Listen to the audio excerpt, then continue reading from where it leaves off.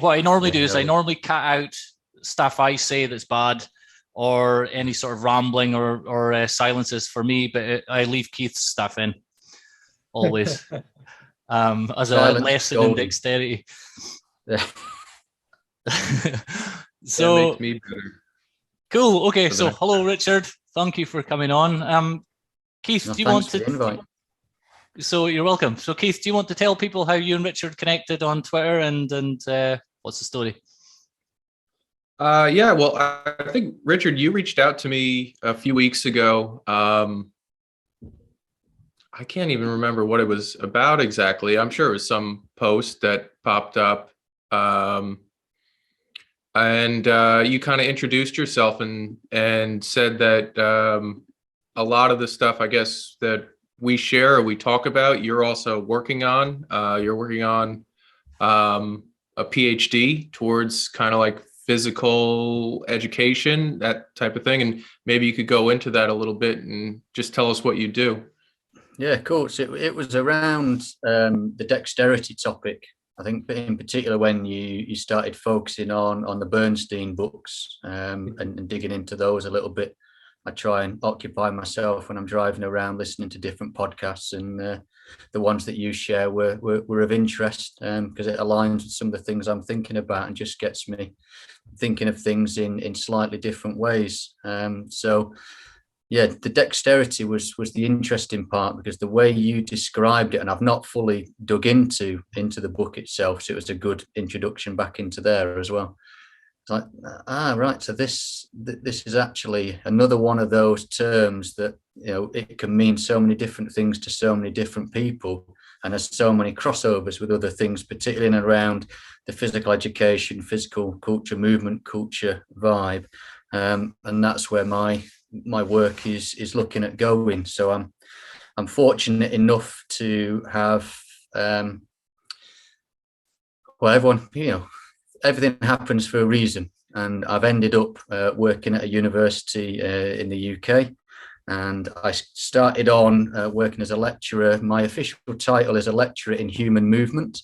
I'm not still quite sure what that means, but I like the title, so I'll keep it for now. It's a great title. It was working on the sport and PE program initially, and I've gradually transitioned more into the outdoor adventure programs as well. So I still work with a sport and PE group, but do equally as much, if not more so now, with the outdoors group. And through that role, I was allowed to essentially pick a topic of my choice and part-time study it for a PhD, which is, a lot of people have to pay for that privilege, and I get to do it and enjoy it, and it feeds hopefully back into the work that I do. So it took a while when I first started. As a very brief background, I graduated back in 2000 with a degree in sports science and maths, went into the fitness industry, so worked as a gym manager, worked with a number of different sports, predominantly in tennis. I was working at a tennis centre at the time. Went into personal training, a bit into strength and conditioning, got married, had children, needed to work something that was a little less time consuming and more fitted around a 9-to-5 day, essentially. So for my sins, I decided that was primary school teaching, and that clearly didn't fit that role, because primary school teaching certainly wasn't a 9-to-5 job, but it was another fascinating one. And those two things are combined, what's got me into the sport and PE. But with that insight into both of those backgrounds, one of the things that I was really interested in, and I guess eventually, this can be all the stuff you cut out, Kevin, but eventually I'll get to the point of dexterity. Lots of ideas about what to do for this PhD, this total blank canvas, do whatever you want. Oh, God, gee, where do you start? And I had this nagging thing, physical literacy. When I started, I'm doing it part-time, so I started about 3.5 years ago. It's become quite a huge, significant thing in its own right. It's well embedded within some of the UK PE curriculums, certainly in Canada. I know they're using it a lot. In America, it seems to have taken hold, in Australia and across other places in the world. But to me, they had something missing. It sounds a good concept, And I like what it's trying to do. You know, clearly there is an issue with not as many people are as physically physically capable as they could be. There's major health issues in all those, certainly a lot of the Western countries, all those countries we mentioned. So there definitely needed to be something done. But this conceptualization of physical literacy, well, just the name didn't match what it was trying to do. Margaret Whitehead, when she started, was very much around this philosophical, holistic, monistic view of, no, we need to re-engage, get body and mind put back together and really get those at the center of this PE curriculum. But it's too complex and there's all this. So actually where physical literacy ended up going was, we'll just focus on physical activities that involve large muscle groups. Right? So actually, yeah, that could be part of literacy, but there's this much, much wider things, the dexterity, you know, all of that tends to be missing from the physical literacy concept. The element of literacy being a communication tool seems to be missing from this physical literacy concept. So are you aware of the main definitions that they use now? With a physically literate individual is one who is confident, competent, competent, and has the knowledge and understanding and motivation to participate in physical activity for life. So it's a grand thing, and I think I'd love it. It'd be great if everyone did have all those things, but the physical literacy label doesn't seem to fit to me. There's more to literacy than there is to what this is conceptualizing. So there's my target for the PhD. Then let's sort of start to study this. Let's break it down. And I jotted a few things down, and my supervisor at the time just wandered into my office one day and saw this little note that I'd written, and he just stood and circled this thing: physical intelligence. What is an intelligent body? And he went, there's your PhD, crack on. Ah, right, okay. So that's where we go. So there's these whole notions of intelligence with this background of, well, is it an intelligent body? Because is the body separate to the mind? Is intelligence just a mind thing? Where does this fit within education? And it's been a fascinating journey that I really feel I've only literally peeled back a few layers. But we're starting to bring things together that I'd like to think have a bit of an impact on. And it's back into the physical education world where, you know, let's get it removed beyond just getting kids playing sports, because let's face it, a lot of the physical activities people talk about tend to be very sportified. It's no surprise most PE teachers have quite a strong sporting background, usually dominant in one or two sports, and that's what they enjoyed. So that's what tends to move on and where people go. But it can be much, much more than that. And whether, you know, what I'm saying is the correct way or best way, I'm probably not ever going to say that, but it's another way. And certainly just want to open up other avenues and get people thinking a bit more to what could physical education then mean? And if we start to look at it, whether it's from the dexterity perspective or from what could physical intelligence actually mean, these are the things we want to develop through our physical education. Then if it has a positive impact and gets more people more connected to their physical being, great. I'll stop at this point because I can see I'm waffling on, and there's been a little bit of nodding. This is amazing. This is great. This is music. Dig in where you want to go. Yeah. So last week, Kevin and I think Kevin, you might agree with me when I say we're kind of more of like an outsider perspective, whereas like you have experience in the education field. You have an idea of how that works, and obviously you've been studying it in a more structured environment than say Kevin and I would. So we have more of like an outsider perspective on what physical education might mean. We discussed that last week, and I think we both threw out a few ideas that it's kind of how I would like to see it, but I don't know if it sounds something that would work within like what the current structures and everything are. A lot of it would be just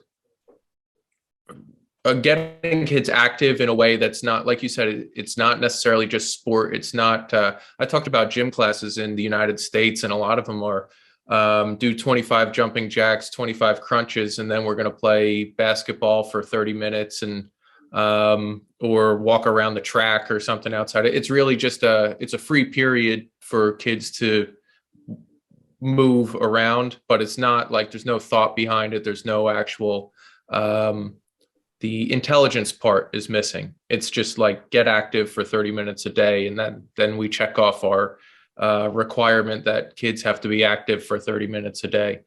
But it doesn't really go beyond that into teaching kids how to move, why it's important, bringing them through like the process of learning how to be in their body.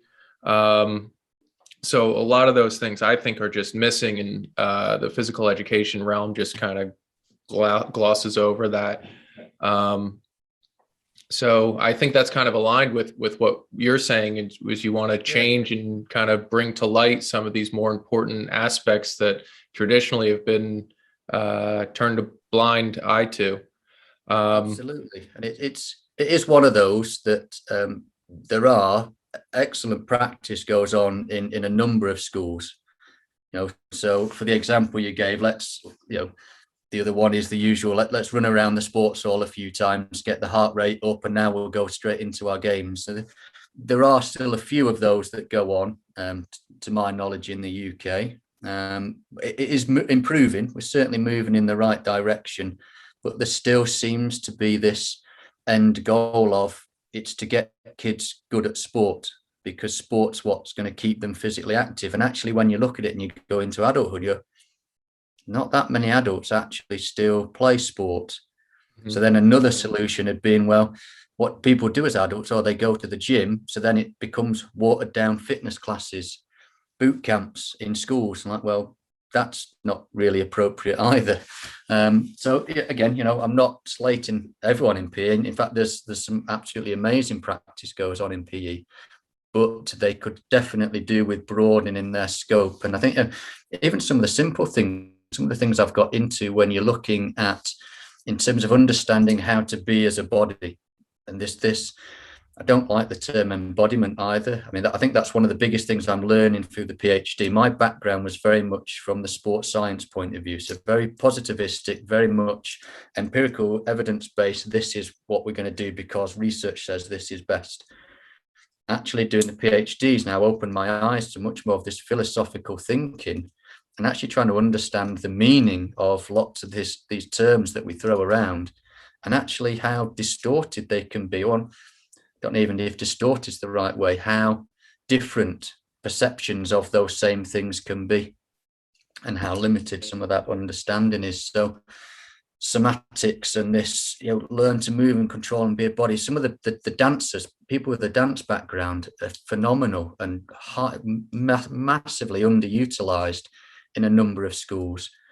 But part of that again comes to the background of, well, where are these PE teachers coming from? It's not necessarily their fault. If they always succeeded from doing the team sports, traditional team sports focus with a bit of athletics and maybe some racket sports in there, that's what they're going to keep pushing down. And it's what a lot of education, teacher education, still demonstrates. And you may be spending a 3-year program and then a 1-year postgraduate program to get your teaching qualification. You'd be lucky to spend more than 6 or 8 weeks on dance-based work. But that's what opens up and gives another viewpoint on what we are as a body. Kevin, some of your stuff around the postural elements and that postural work, corrective exercise has been there in the fitness industry for a long time. We understand a lot of people, because of the sedentary lives we live in, posture's getting worse.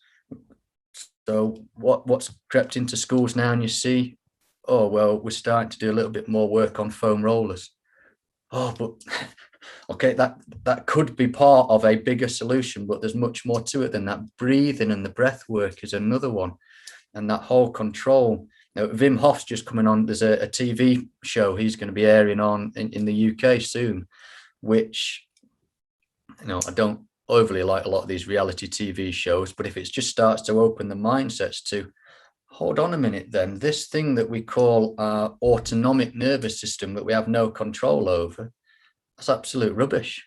we can have control over certain elements of it. And here's some examples. Vim would be someone who's massively high up there. Erwan would be another one who can demonstrate, these are some of the things as a physical human being we're capable of, and we should be teaching more.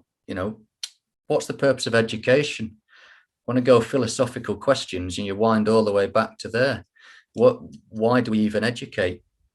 In Western cultures, education's only a few hundred years old anyway, but it tends to be, again, another reason why I chose the intelligence term was this thinking that intelligence is all up here. It's seated in the brain, in the mind, and we can detach it from body.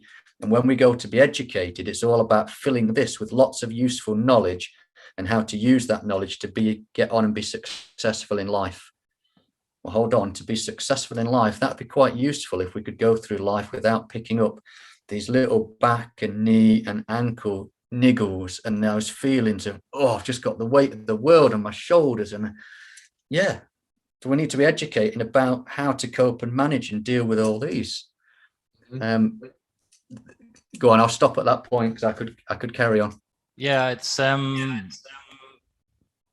there's not enough education about prevention of things. So there's this like cure culture where you're saying they do the foam rollers. Whenever there's a problem, they just apply this little solution to each little problem. And that way of solving problems is part of the problem. So going for curing specific problems with specific solutions is part of the problem. And that it's the wider, that's part of the bigger problem, which is the mind-body kind of split, which you're talking about. Yeah. And so, and even the use of the word physical. So that's already splitting. The word is, we need the word in a certain context, but it already makes people think it's separate from mental. We don't really have, this is why I use the word psychophysical all the time, just to kind of collapse those together, but it's got psycho and physical in it. It's not even the right word. Yeah, so that's one of my biggest challenges at the moment, this whole thing of I'm trying to demonstrate that these things should never have been separated in the first place. Well, trying to do so without falling into the use of that language myself. But even what I'm noticing is a lot of people who recognize the problem, they immediately try to solve the problem by things like embodiment, and it's all back to the body, get out of the head into the body, which is just another problem in the opposite direction. So they go, okay, we need to. So the way I think about it now is that people seem to think things like psychophysical or mind-body alignment and things, when actually you think about what they mean or you speak to them, what they actually mean, they don't mean mind, they mean emotions and feelings and sensations. So they mean integrating your kind of movement with the feelings of the movement and the sensing the movement and then feeling good and feeling free and all these things. They just throw out reason and intellect and all those things. That's seen as something else. You need to do this embodiment stuff to get back in your body. And now you get the machine working better, and then you can go back and do some serious thinking now separately. They don't have the intelligent body or concept that you're talking about, and they don't have the idea of physical intelligence. Seems contradictory to a lot of people. They might think, you can be intelligent about physical movement, so you study it, you understand all the mechanisms maybe. But then when you do the movement, you're just doing it, you're back in the body, and then you can study it again after. That's just assumed. There's no from our point of view with the Dexterity book in particular, is the growing range of possible movements is part of intelligence, and it's part of figuring things out. It was never really separate. It's better for humans. It really, like the thinking part wasn't separate, and everyone's just focusing on the getting the emotions in the body back together and forgetting about the intellect. So Keith said we're outsiders. We're also outsiders to. We're not academics, but also we're outsiders to the kind of fitness culture as well. We're not like gym bros. We're kind of weird, the things that we do fitness wise, and or just different. They're different, yeah. And so we're not really part of those. We're kind of saying something different from those guys, but we're not. And we're leaning to more the academic side of things, but without being academics, obviously. So it's great to have you on, because there's a lot of things we just don't know about what's happening, and we just don't have the right way of talking about things, really. So Dexterity, the whole point with the videos was just to have this concept to hang all these ideas on.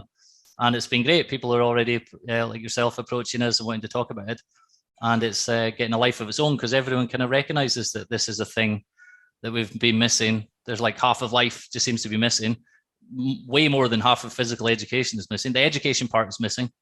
So like the literacy, when you say physical literacy, the literacy part is missing. The education part of physical education is missing.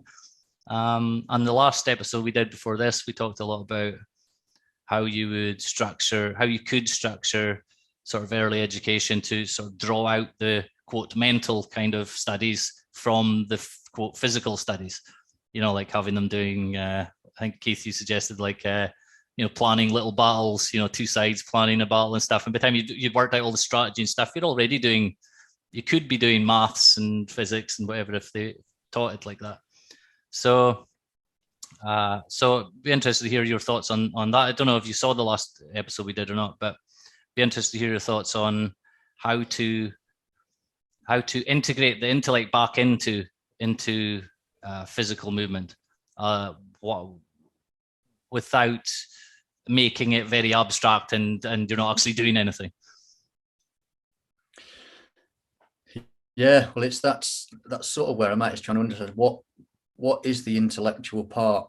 Where does that intelligence lie, and in what ways do we experience it, so we can then think about opportunities to provide for others to experience and learn from these things. And one of the things that your podcast has made me think about when you started talking about dexterity in the way Bernstein does is, in what ways is intelligence different to dexterity? Because there's a lot of crossover and similarities in there in terms of the performance of the actual movements and the decision making around and problem solving behind what movements are the most appropriate, would be the most effective. And I think one of the elements is that adaptation and learning. So a way intelligence has been defined is in the ability to learn and the ability to know what to do based on past experiences and previous experiences. So learning's a central factor which ties it back into the education, and a lot is, I wouldn't say there's specific strategies necessarily. The variety of opportunities is one of the keys. If you think all the way back to, and you triggered it with some of the things you said before, that this intelligence has always been there. There's an evolutionary basis to it all. If you wind all the way back, some of the studies that have come out in the last few years are around some single-celled organisms with no semblance of a nervous system or a brain, and nothing, can still move around to predate on other single-celled organisms. And you go, well, yeah, at some point something must have happened for single-celled organisms to start to join or split to become multi-celled organisms. And movement is this key factor. And there is, again, within some of the academic circles around, the purpose of the brain is to support and coordinate movement, not necessarily to control, because we start to get back into that body as machine type theory then, that essentially you could implant this on anything and it'll control, and the body's just this machine that's told to do what it does. It's far more integrated than that, but it's not necessarily even a communication center, that as we've become more and more complex beings, physical beings, we're able to interact with the world in so many different ways, and that's based upon all the sensory and perceptual information that we're gathering. And there's so much coming in through all the different senses, from externally and then internally through the interoception, telling us what's going on within our own bodies. That's all got to be computer process discussed in some place so that things know what's what and what to do about it. Not necessarily that there is then one ultimate decision and right, the thing you now do is this, click program to run, jump, climb over that. It gets coordinated at a bodily level as well, rather than just at the brain. But that's the brain's there to try and assimilate all the information, make sense of it, tune in on the things that are important. So that intelligence factor can then be this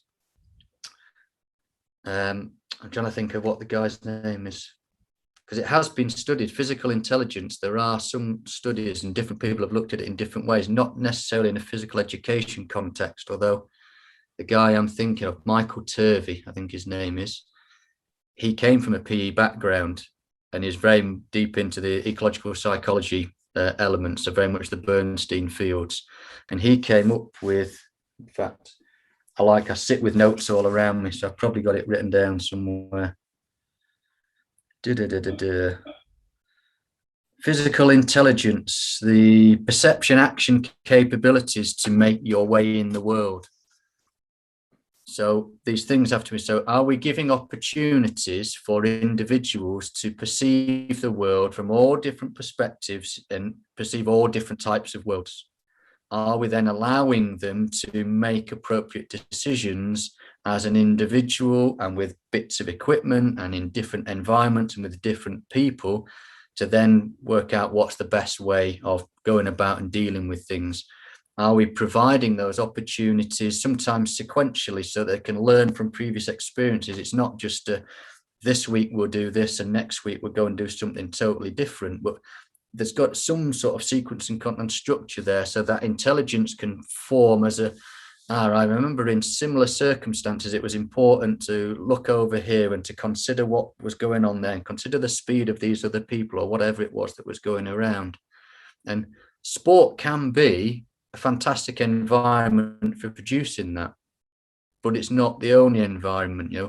If you think about it, the dynamics of the outdoor environment, which is one of the reasons why I'm attracted to going out there, the different change in surfaces for a start, the different change in weathers, the different that you can suddenly be going from a fairly flat level track to all of a sudden you're just starting to get onto a more undulating track and then starting to climb up, or then you've all of a sudden got to go, well, hold on, this is a bit more scrambling now and I've got to go there. Now I've got to got this object to overcome.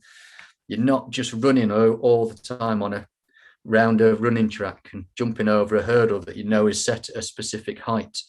The level of the branches themselves are going to have different feelings if you're trying to swing through and grip on. So that's another element to it. I've got to get these opportunities to experience and play in these different environments and play with other people and be able to observe and see how other people do things to work out whether that would work for me and to try it out and have those opportunities to try and learn things. That's part of intelligence, is I can watch what someone's done, see how they did it, or how I think they did it. I can almost visualize that in my own body and go, right, I'm going to give that a go and this might work for me, or it might not. And then to understand why it did or it didn't, or how you could maybe do it differently.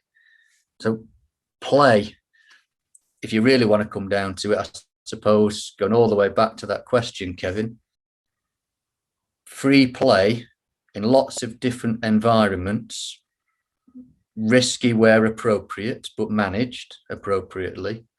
That to me would be the centre of physical education. And that will include playing some sports because it's important and it's part of modern culture, but it's certainly not the only thing.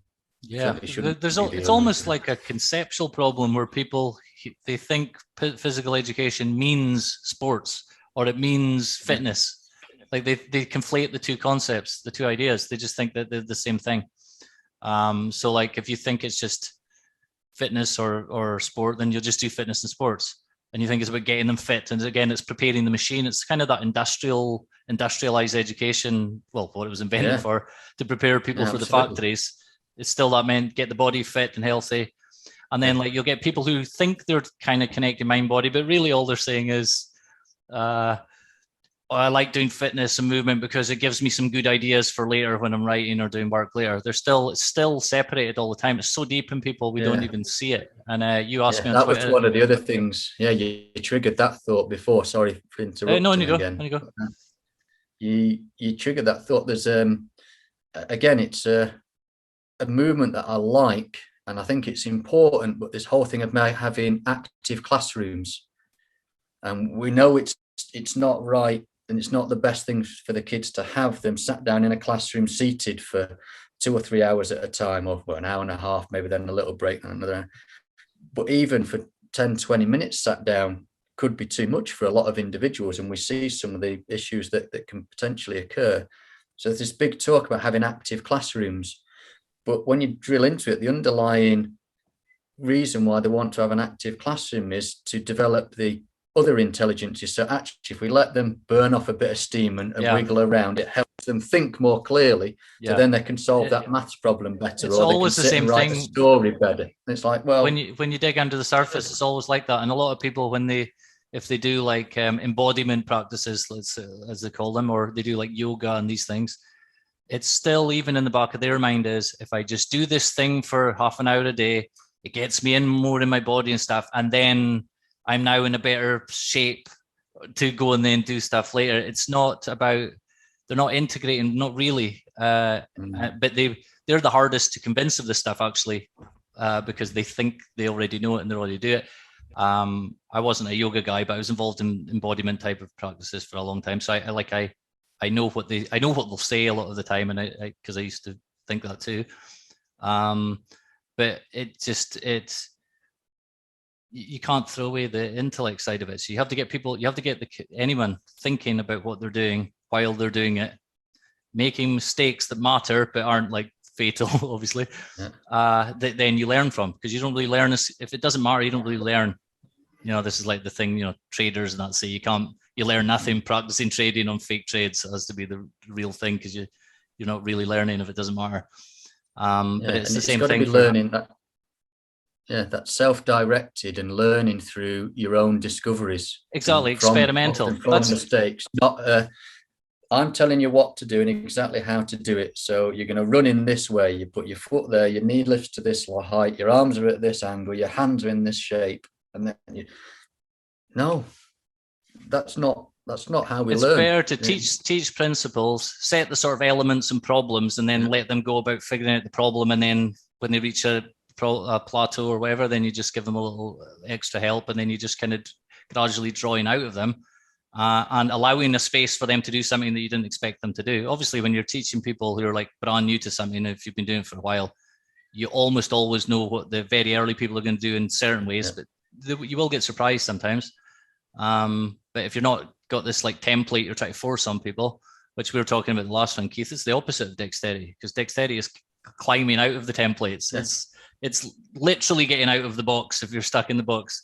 It's not like I called it last time, it's anti-bureaucratic, because so it makes it problematic to teach it in schools, because they're really teaching people to get out of the system that they're implanting on them. So I don't know how this works outside of small private schools, like in sort of larger states. I don't know how it works. Yeah, absolutely. And then it comes dependent where you are. Schools always want measurement. You've got to, what's been the impact? What impact have you had by doing this? Are they fitter, stronger, faster? Does that matter? But how do you measure dexterity? I think that was one of the things you discussed. How do you measure intelligence? I came across that question early on from someone who was going to be, you've fallen into a hole here, because you're trying to solve this thing around physical intelligence, but you're going to have some form of measurement. They've not been able to really agree on how to measure general intelligence yet, whatever you consider general intelligence. Now that's not where I'm going. That's not what I'm intending to do. This isn't something where I want it to be an off-the-shelf package you sell into a school and go, day one, assess everyone and their intelligence level is, right, now do ABC for 6 weeks and reassess and see where their intelligence has got to. That's not what it's about. You can't objective. It's not a tangible, and I wouldn't ever want to tie it down to a specific thing that could be measured. There are ways you can observe it, you can feel it, you can see it. But yeah, that will be another challenge in schools.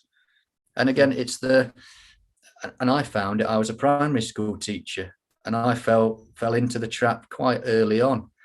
What makes it easiest for me? I clocked the time. I thought you were getting annoyed with me. And then I realised. We just like, that's enough of this guy. We're off. Yeah. You're dexterous. We escaped the box. Next. So yeah, carry on, Richard.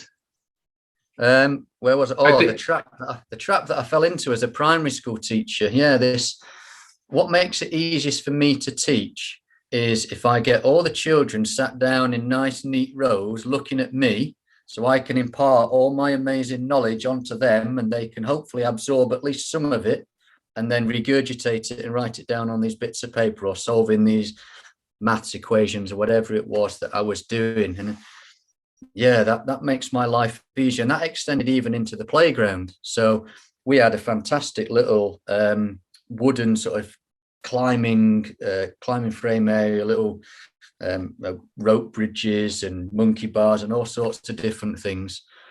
The second that it started to rain, or the second a kid was running around there looking like they were out of control, whoa, hold on a minute, stop, it's wet, you're going to hurt yourself, or you're running around, you're going to run into and you're going to hurt.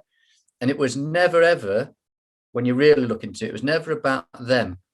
It was always about me and me being in control, and what made my life easier as a teacher. And I wasn't the only one. A lot of the teachers were doing it. Some were more comfortable than others. And I can look back and see on reflection, God, that was terrible. And my teaching evolved over time. You know, that thing of starting off as a primary school teacher, yes, the best class is the class where everyone's sitting in silence, heads down, they're all busily working away. Like, no, these kids aren't smiling, they're not having fun, they're not enjoying it, they're never going to retain any of this. And what's the use? What am I really teaching them? So by the time I left primary education, I actually quite prided myself on classrooms being quite noisy. Yes, there's social communication going on. These kids are enjoying themselves and having fun.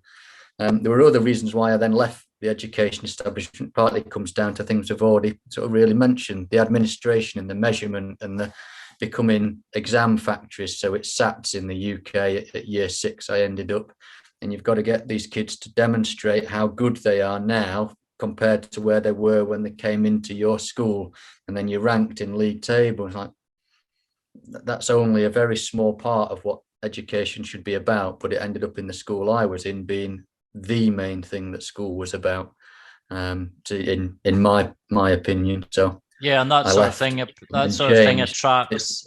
attracts a certain personality type, and that type of person is the type of person who's attracted to administrative roles in education and things like this.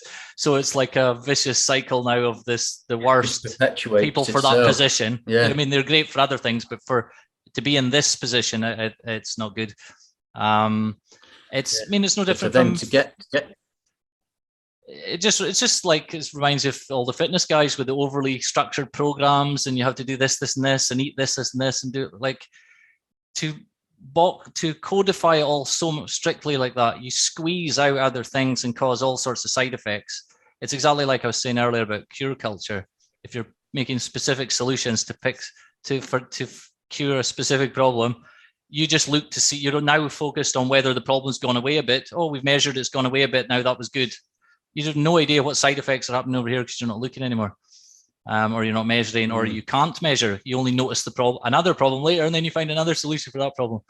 And it just seems like we're just teaching children to do that too. They're just learning that. You just go about and then you just try and fix a problem quickly and then move on, try and get things back to normal. Yeah, and separate it all into neat little compartments of, you'll study this in this subject, this in that in this subject, room with this person. You go to, do science in this room with this person. You do PE in this room with this person. You do English in this room with this person. History with this room with this person. Like, you could, in theory, have all of those in one class, in one activity, one group activity. But like, there's so few people. Well, first of all, it's not part of the bureaucratic structure, but there's so few people the type of people who would be good at teaching that are often the type of people who are put off by the whole system. So they don't. Yeah, there's an issue.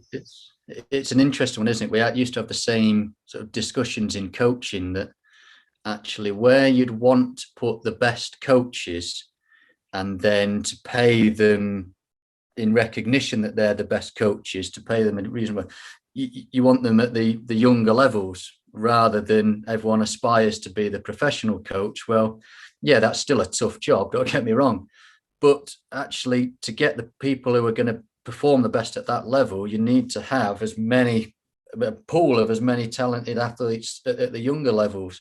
to put the best coach in there. The same with teachers. And actually, some of the best teachers I've worked with and I've known are the ones that are in the early years, who work a lot more under that structure of very much, right, very few tables and chairs. You come in and we learn everything around topics, and we learn everything through play. And we've just set up different zones in the classroom to you go and what you're interested in. What do you want to do today?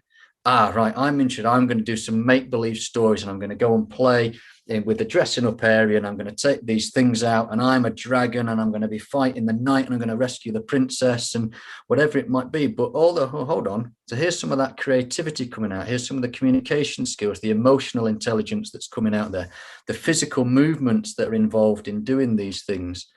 But it's self-directed and self-guided. But those teachers have got that understanding of the importance of play, how to set up environments to allow these things to occur, and how to guide children through those games rather than the direct instruction.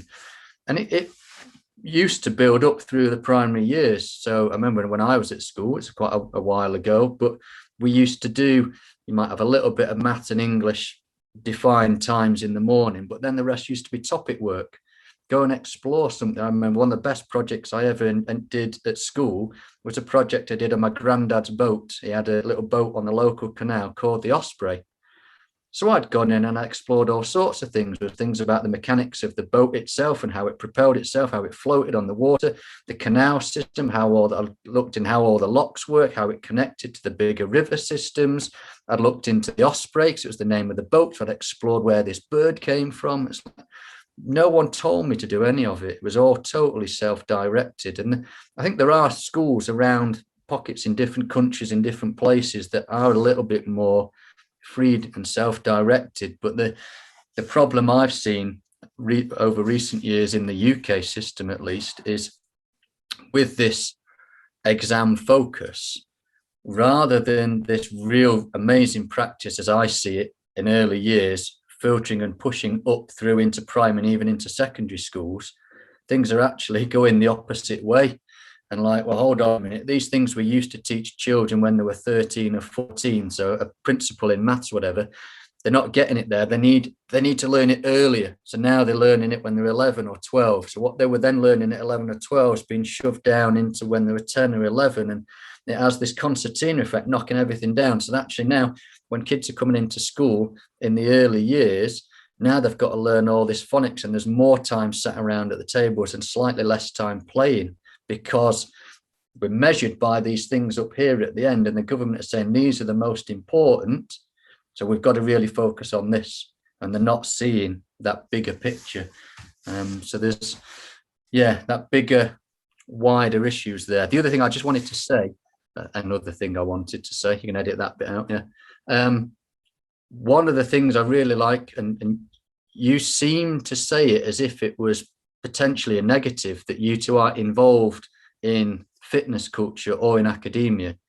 There's a massive advantage and a benefit to that you can see things from outside and with a different set of eyes and with different experiences, and shed light on things. And hopefully there's more people will start to pick up and find and go, that's worth listening to. Something I deliberately set out to do. So to explore this concept of physical intelligence in the first place, I essentially wrote a questionnaire which I wanted to send out to people from all different elements that were involved in physical culture, physical education in some way. I never wanted it to be just PE teachers, because I couldn't guarantee what answers I was going to get, but I knew my answers would be constrained by their roles and experiences. I wanted people from all different experiences to come in. So I sent it out to martial arts experts, to dance somatic practitioners, to breathwork practitioners. Erwan was actually one of the people who responded to it as, the natural movement, as well as other people, to try and get that bigger picture, that bigger viewpoint. And I think it's really, really important, and it's something that's massively helped me, because each and every person that responded back just highlighted or just opened the door on something to me that I'd either never thought about it, or I'd never thought about it in the way that they presented it, both of which are equally valuable. And it's caused major headaches in me now trying to conceptualize it, because when I first started out, I was quite, this physical intelligence. It's about what I can do as a body. How good can I get at performing different activities? And then realizing now that, wow, I've made a bit of a mistake there, and there's so much more to it. It's like the deeper you dig, the bigger the world gets around it. So, it's like an ever expanding thing that you're trying to rope in, but it's a hard animal. Absolutely. My supervisor, one of his tasks at the moment, he keeps trying to rein me in a bit, is you need to stop digging and start writing. Yeah, I know, I will stop, I promise. But there's just this on it. There's just this. But again, it's part of that academic education thing. At some point, I need to demonstrate what I found out, what I've done, why I've done it, and what original contribution will that make to the body of knowledge that currently exists. So I have to write it at some point. I just enjoy the digging around and chatting and discussing and exploring rather than being tied down. Yeah. I had a question for you. You said that you started in like the maybe more like athletics, physical education, but you've grown, I guess, your teaching into more of like wilding, or you said you do wild camping trips. So I'd like to hear a little bit about that. Like, one, how did that transition happen? And what are the how do I want to put this? What are the advantages that you're seeing students that engage in this? What are you seeing them have advantages in that they wouldn't have otherwise? Okay, and there's some interesting, I guess I'll start with a transition, and you just might have to keep winding me back in at different points. But the transition was, again, just one of those pathways opened up. Essentially, there was a module on the Outdoor Adventure Leadership Program that was termed at the time, what was it termed? I can't remember. It was a working outdoors or learning outdoors, something like that. And it was an opportunity for students on the outdoor program to find out about how general educational practices are delivered outdoors. So learning outside the classroom, forest school type approaches. And there wasn't anyone in the department who could deliver that, because the person that could have done it had left. So I was brought in with my primary school background to go, well, no, primary schools use a lot of learning outside the classroom and they're into the forest schools. So can you come and deliver on some of this?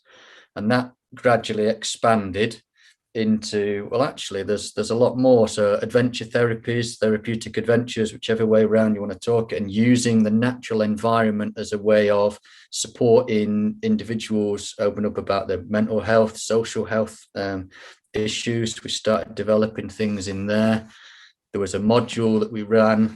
So again, see how we box everything off in academia. You learn about this in this little box and this in this little box. There was an adventure sports coaching module, which is neatly divided into a psychology element and a physiology element. And again, they wanted someone to come in and teach the physiological components of it. And because I'd started working with some of those, like, well, you know about physiology, you just have to transition it from the team sports into the outdoor adventure sports. The backgrounds are fairly similar, dealing with the same human being, essentially, just in different environments and different movements. So I got involved and working into that way. And it was, again, just another one of those, the doors now opened. And so I've taken children away on residential experiences when I was a primary school teacher, and you can see the impact it has doing different types of activities and the risky challenges and the play type elements. And it just opened up to these other opportunities. So there's definitely that element, which I think is a real bonus. And in the UK curriculum, there's outdoor adventurous activities are part of the wider PE curriculum, and something that every pupil certainly at secondary school, most primary schools should be doing. It tends to be, we'll do a little bit of orienteering, generally around the school field and playground. And if you're lucky, we'll go out on a residential and you might get to experience some team building activities and maybe get out on a canoe and a kayak, maybe a bit of raft building. We might do a little bit of navigation and walking. So they get a bit of exposure, but the more I see it, the more that needs to be much more equivalent to the team sports and traditional sports, because you're then dealing with, and if you go back to the evolutionary basis of intelligence, it was about, can you read and respond to what's going on around you in a natural environment? So can we get out there and understand how to cope, even if it's understand how to cope when the weather gets really hot or gets really cold? When you're really wet, what can you do to actually keep yourself warm? And how do we, if you come across Nassim Taleb's work on anti-fragility, that whole element of being anti-fragile.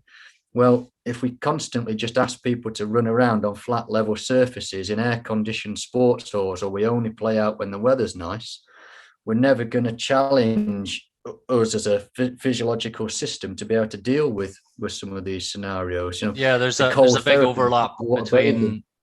overlap between anti-fragility and dexterity for definite. Massively. It's like, in fact, when I came across Bernstein's book and dexterity, the concept dexterity, I had an aha moment similar to what Nassim Taleb said about, anti-fragile. He said he suddenly realized that half of life was missing, and there was this half of life just no one was talking about. There was no concept. And then when I saw dexterity, I realized, first of all, I thought in fitness and health that was just missing, but it's even wider than that. And similar to you, because I was reading your paper earlier, Richard, the one that you linked to on Twitter. As soon as you start thinking about the physical education, you immediately come into all sorts of philosophical issues, more or less straight away.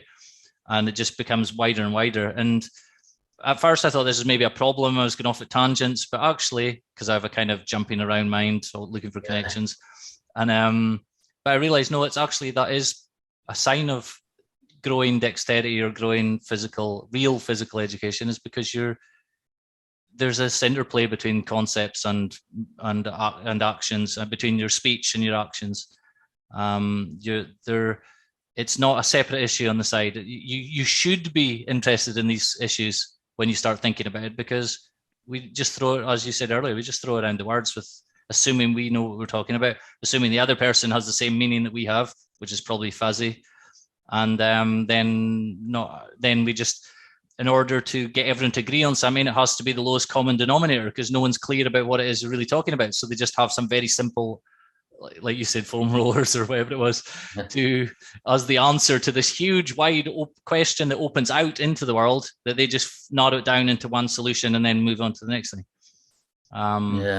Massively. Yeah, massively. There's a couple of things you picked up. I don't want to wander too far away from Keith's question either. Which way are we going to go? Go back. The anti-fragility is another concept. I think it's fantastic, and you definitely, or certainly I agree with you in that that's a massive missing part. Again, in education, some of the big buzzwords that have been around the last few years are around, we've got to teach this mental toughness and resilience. But if you really dig into what anti-fragile means and what fragile means, well, resilience just sort of sits in the middle, that you can cope with stress, but you're not necessarily growing and developing and learning because of those stressful, challenging situations. So that ties back in, Keith. That's where we go with this, with the whole outdoor environments. And you've maybe picked up, I quite like to challenge convention a little bit and just try different things. The other reason why I'm more in with the outdoors now is, again, where sport and PE is dominated by the traditional team sports on the whole, the outdoor adventure programs tend to be dominated by you're either paddle sport or you're climbing. I'm like, well, yeah, they're really good, same as the team sports are really good, and they have the benefits and they work for a lot of people, but there's a much wider, bigger picture to what the outdoors is, which is, the forest schools stuff that we're doing, and the wild camping was an element of that. It's certainly not something that I'm an expert in, I'm fascinated by, and I want to learn more. So we just took students up into the Lake District. We brought in expertise of two fantastic bushcraft people. They run a company called Wild Human, and essentially put the students through some different bushcraft and survival experiences, which included it wasn't wild camping. We allowed tents. We debated we were going to go out into the woods and actually build the beds and shelters from the natural resources that were there. But the night we were going to do it, it was -3 overnight. And we thought, however much we want to put them into challenging and stressful situations, I think from a risk assessment point of view and risk management, that was pushing it a bit too much at this stage. Maybe though, Kevin, UCLan have a campus out in Cyprus, and it's something that we've looked at and gone, do you know what? It doesn't get used as much as it could do. We need to take one of our residential experiences out there, and that's the sort of place we probably could. Fantastic for all your water sports, but some of the actual wild camping would be quite immense. So come. I'll keep you posted if we ever come out. For definite, that would be amazing. -3, there won't be too many -3s no temperature, but I don't know what this is in Fahrenheit. But I mean, there's the equivalent in the heat. I mean, it's like you wouldn't want the extreme heat. You wouldn't want someone to do a first event like that, but after a while, that would be one thing to add into the mix. And that's what like Bernstein's thing about dexterity is. The dexterity is in the changing external conditions. It's not in you. You don't just sit and become more dexterous on your own through willpower or whatever. You have to interact with environment, and then you're forced to solve a problem that you didn't have before, and you do some new movements, a new series of movements to solve that problem. Like when you're saying about bushcraft and survival and stuff for kids, you could, in theory, have like whole year could be on that one thing, and they could teach every subject out of that one thing. You can easily have history about that. You can have, there's so many like inspiring the history, English the and history out of that. The sciences, and then all the obvious, and then but everything's upside down. So like everything is the theory is the base, and then you go out and do little examples. So you do a little experiment at the end of the science once you've done all the theory stuff, or you're learning about the stuff in the class. Then you go out just quick tour to experience the thing like that you were just learning about, when really you should be out in the place drawing out the learnings and the theoretical side of it. It's just like everything's upside down, but this is like a huge society culture thing. It's not just everything is upside down. It's not just simply in education. Yeah, culturally for sure. I mean, the background of forest schools. So the whole forest school movement in the UK has grown substantially over the last 10, 15 years, and is becoming more popular. It's got a problem in that it could get that same thing of, we've done all the school stuff, so now we'll go and have the fun afternoon out in the woodland doing X, Y, and Z. But its background again was fascinating. It was early years teachers again, went out and spent time with different outdoor schools based out, I think it was either Norway or Denmark, I can't remember which one, but certainly out in Scandinavia. And they just went to observe and see how do they teach their children, and majority of the time was spent outdoors, and it was almost the opposite to the way we do. So our 9 till 3 general teaching day might have cumulatively a couple of hours outside at break times and a bit of PE, where these Scandinavian schools that they were looking at were the total opposite. They might have an hour or two indoors during the day, but the majority of it was outside regardless of the weather. And it was that concept and principle that they came back and built off and go, well, this is fascinating. This is how we want to do it. And they were doing very much the similar things, Kevin, to what you were saying. So now that we're outside, there's all the risky play type elements involved, but what is it you want to explore? We want to put a swing up in the trees. We want to explore what habitats are these animals. Don't eat that mushroom. Don't eat that mushroom. Why can't I eat that mushroom? And then you've got now a class when you go back of biology or chemistry or whatever it is you want to talk about.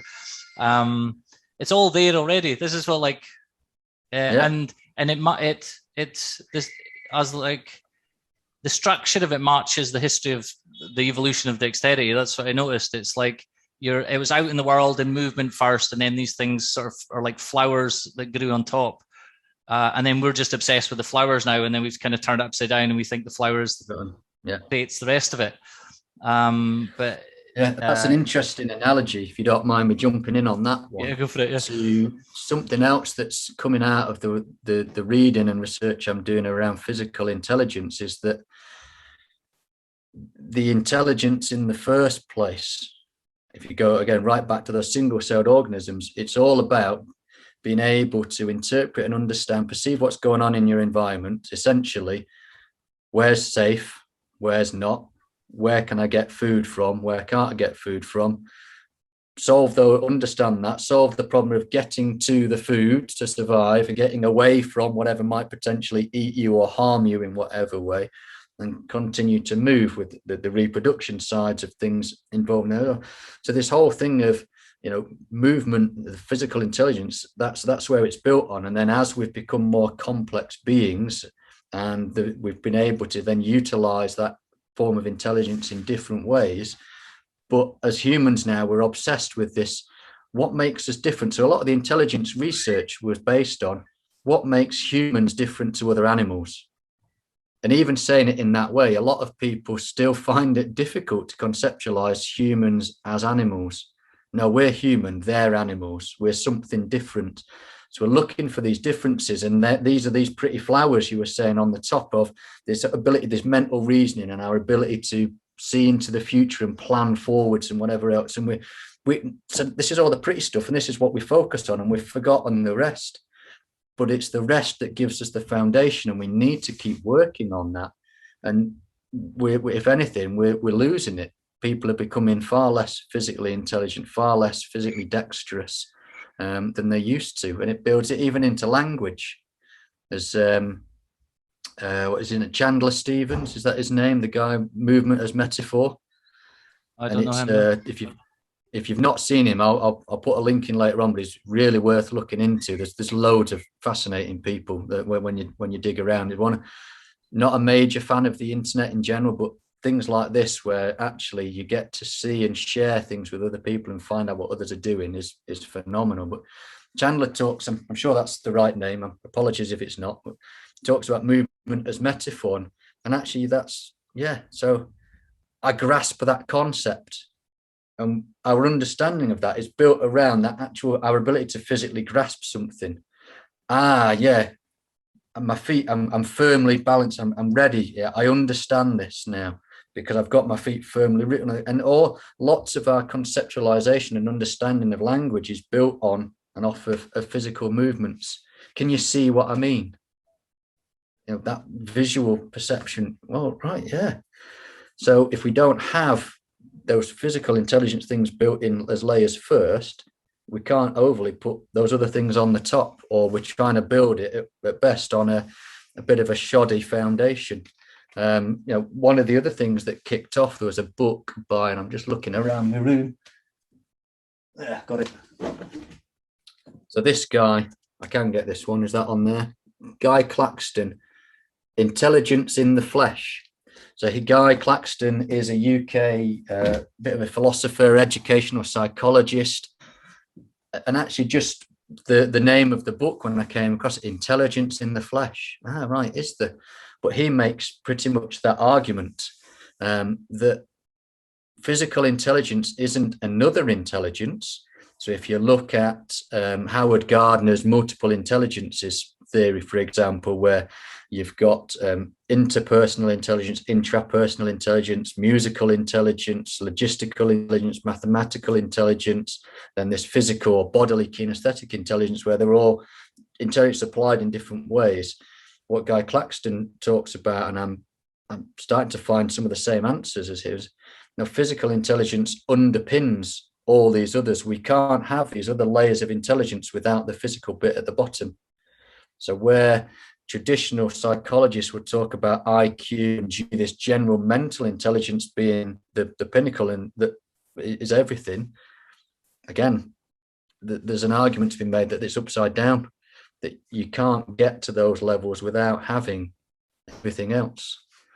So that's an interesting argument I need to make a little bit clearer and better when I start writing up this whole PhD. But it's that, again, comes back to, for physical education, and I think in America it's a little bit in a worse state than in the UK, that we want to make PE a core subject. You know, everyone has to do it to a certain level and a certain amount of time per week, and we'd like it to be more and more, but we're struggling to make the case for that because the powers that be still seem to think, no, maths, English, sciences, got to focus all the time, or most of the time, on there.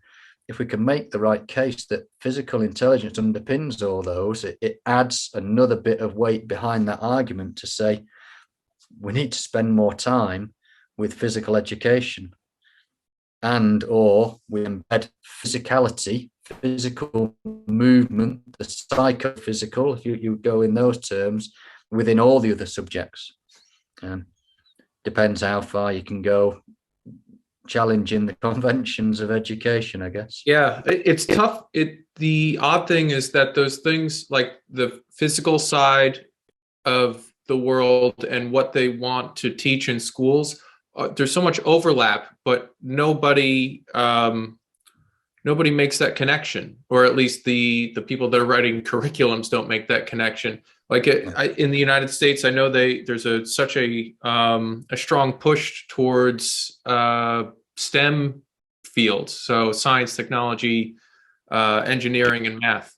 But the push inside all those classrooms is towards like learning how to do the equations of STEM, and not necessarily learning like, okay, we want to build an A-frame, so you're going to have to figure out your own geometry and how different materials bear weight and all that. So like if kind of building into what you may have experienced on the wild camping, like if you did that out in the woods, you have to find whatever tree is going to be dense enough to hold the weight, whatever angle is going to be well enough to keep water out and still trap enough heat inside and all that. So there's all these the concepts from those STEM fields, but it's the actual true application, as opposed to just solving whatever different equations and that inside the classroom.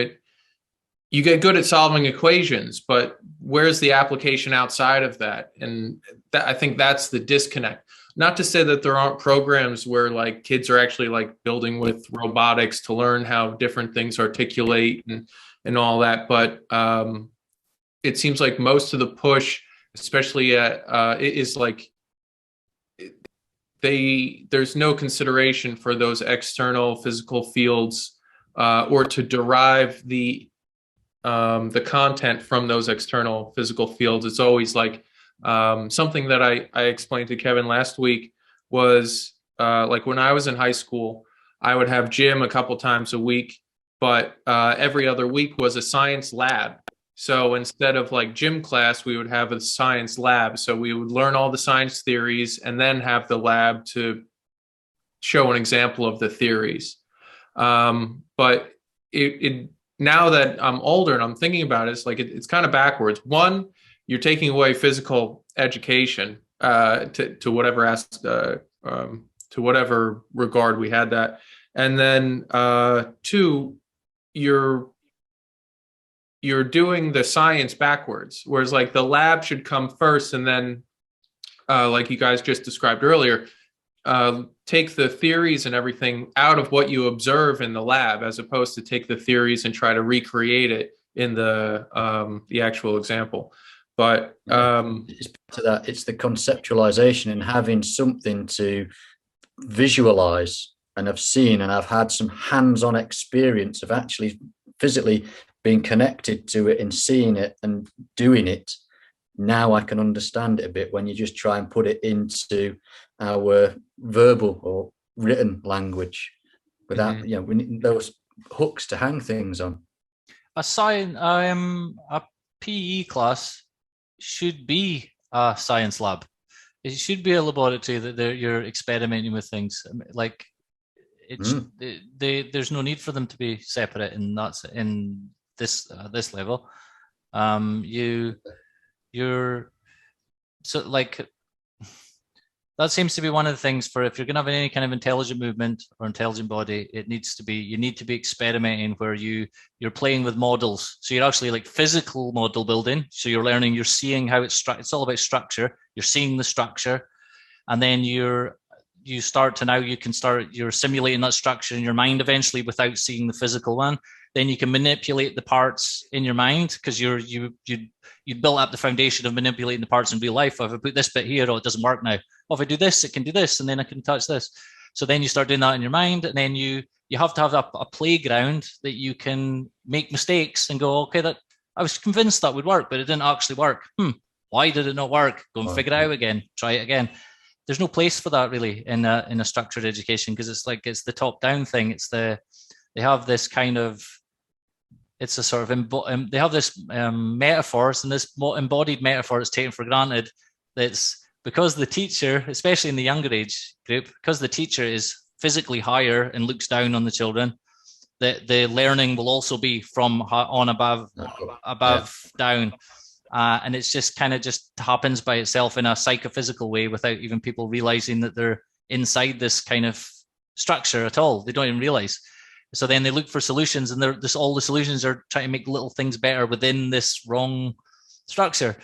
So it's so hard. And you're trying to squeeze this structure into a limited time frame, right? Where as a teacher, you're constantly pressured with, actually today you've got to do this off the curriculum and this because next week you've got this and this to do, which is different, and you're continuously moving on. There's no chance to properly get hands-on and get to grips with things and to consolidate those learnings. I mean, one of the best series of lessons I remember doing, it was actually when I was doing my teaching qualification, was a session I had the entirety of Key Stage 2. So it was year groups 3 to 6, so sort of 7 to 11-year-olds. How do I teach these science? Great, the Force Olympics. And I just set up all these different things. We did different Olympic events, but then explored what were all the different forces behind it. So in terms of whether that was you doing a long jump, whether it was throwing, rolling a ball to a target, we did tug of war, different things, and it opens up so many more possibilities to explore. But I had a bit more freedom at that point because I was in my teacher training, and they just said, you've got these so many afternoons per week for however many weeks. What do you want to do? It's got to be science-based, right? Crack on, I'm in. But there's not enough time in a lot of schools. Some schools are better than others, but generally there's not enough time to go and explore. Yeah, what you were saying, Richard, about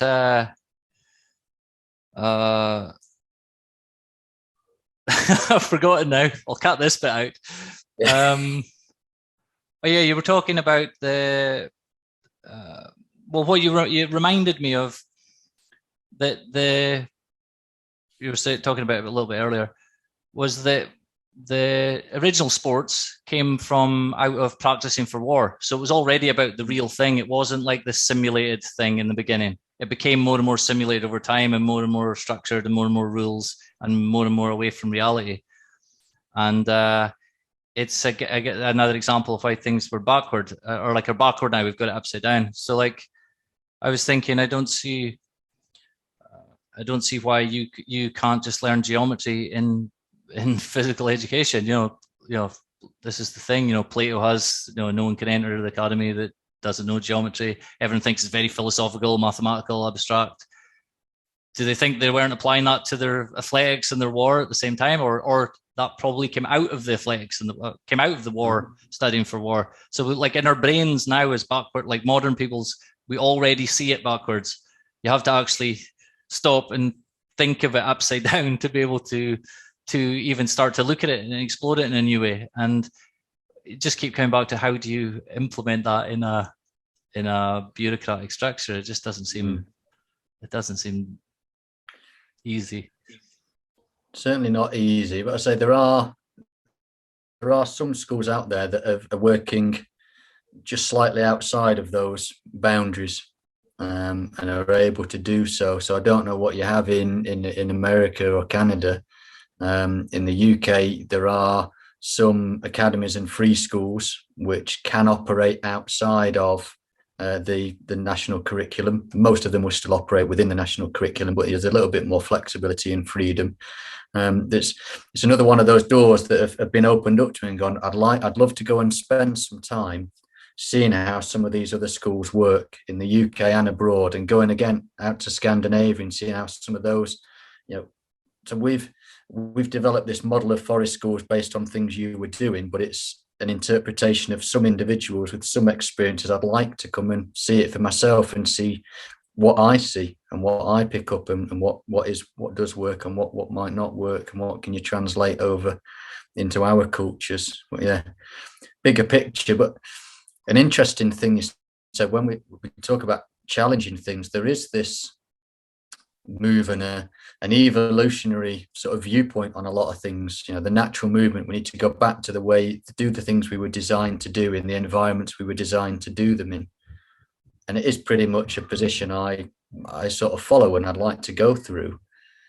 But then you could turn that around the other way and go, well, actually, what are we evolving into?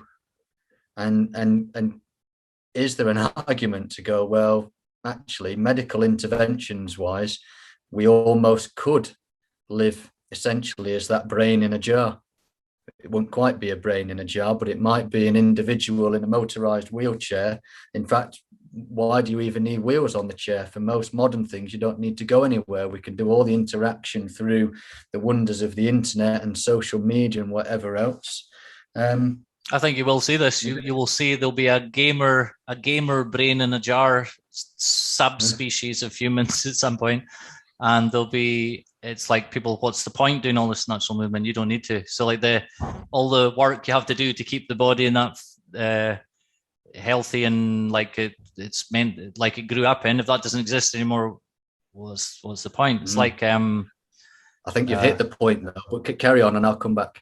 Yeah, but that's like, well, yeah, that's like that. What we've been talking about is you can't just separate it from it at all. So like even the digital world is, again, it's one of these flowers on top, and now everyone's in the digital world, and now they're seeing through this frame, and now they're trying to use that to look back at, okay, so we know we optimize these websites and we optimize these apps. How do we then do that to nature?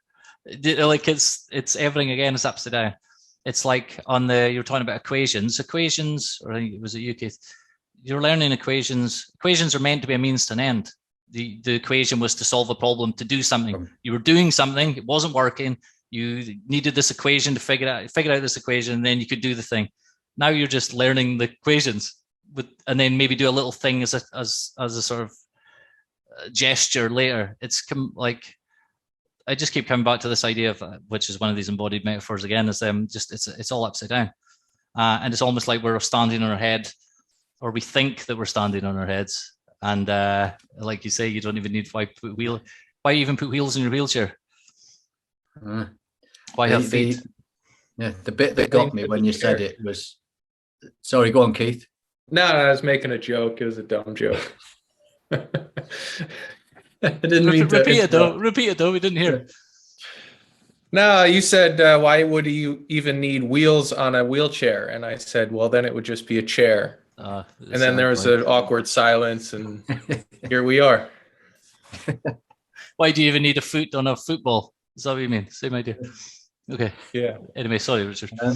No, the bit that you hit that, again, I cottoned on to was when you said around how do we grow up to be? And it's that, actually, at what point, if you're going to put this brain in a jar, then at what point do you take the brain out because the body's done its job to give the brain enough to be able to understand the world? And again, there isn't really an answer, and it's one of the. Well, this is why they say you don't even need a brain; you can just upload your consciousness into the computer. So they're sidestepping this issue. It's got to have developed through some form of physical interaction with the world. Otherwise, how does it develop? Does a baby brain, can it literally just sit and watch and pick things up?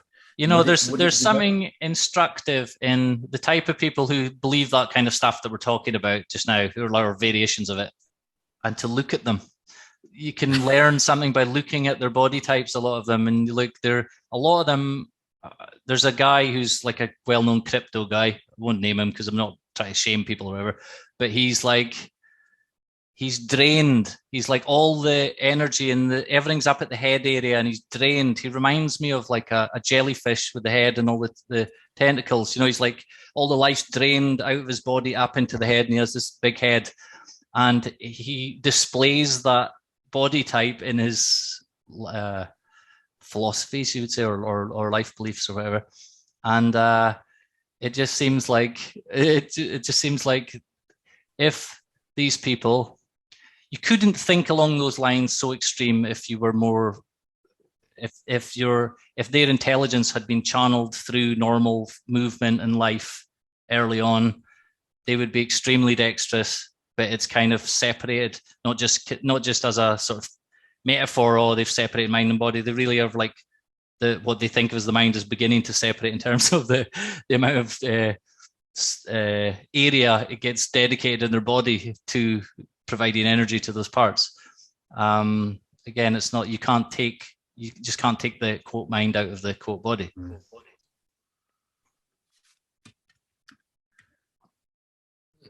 That's an interesting question because obviously, like, there is, I'm just thinking on like a macro level.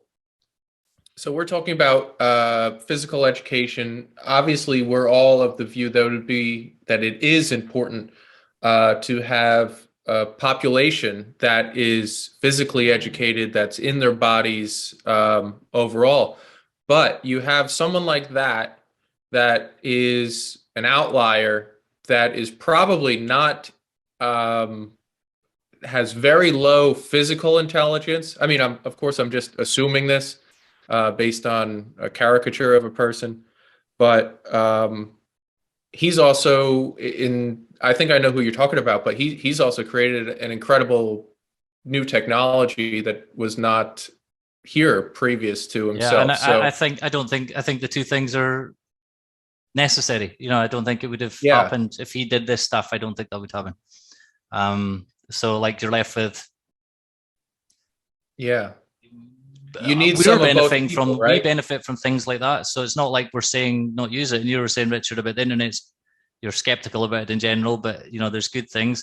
Again, the internet is, people again have it upside down. It's if they make the internet their main thing, and then you go outside for an hour a day to get some sunlight or to get some vitamin D from the sun. And then you go back to the main thing, which is online, and you go and do something in the real world. You even call it the real world. You go to the IRL, and then you come back and talk about it on Twitter. Whereas actually it should be the other way around, that you're doing the things and then you go on there as this sort of extra. It's not the main thing. It's flipped, and people don't see it's flipped. But I mean, if you're going to create things in that world, you have to have it flipped. You have to be a very online person. It's not optional for them.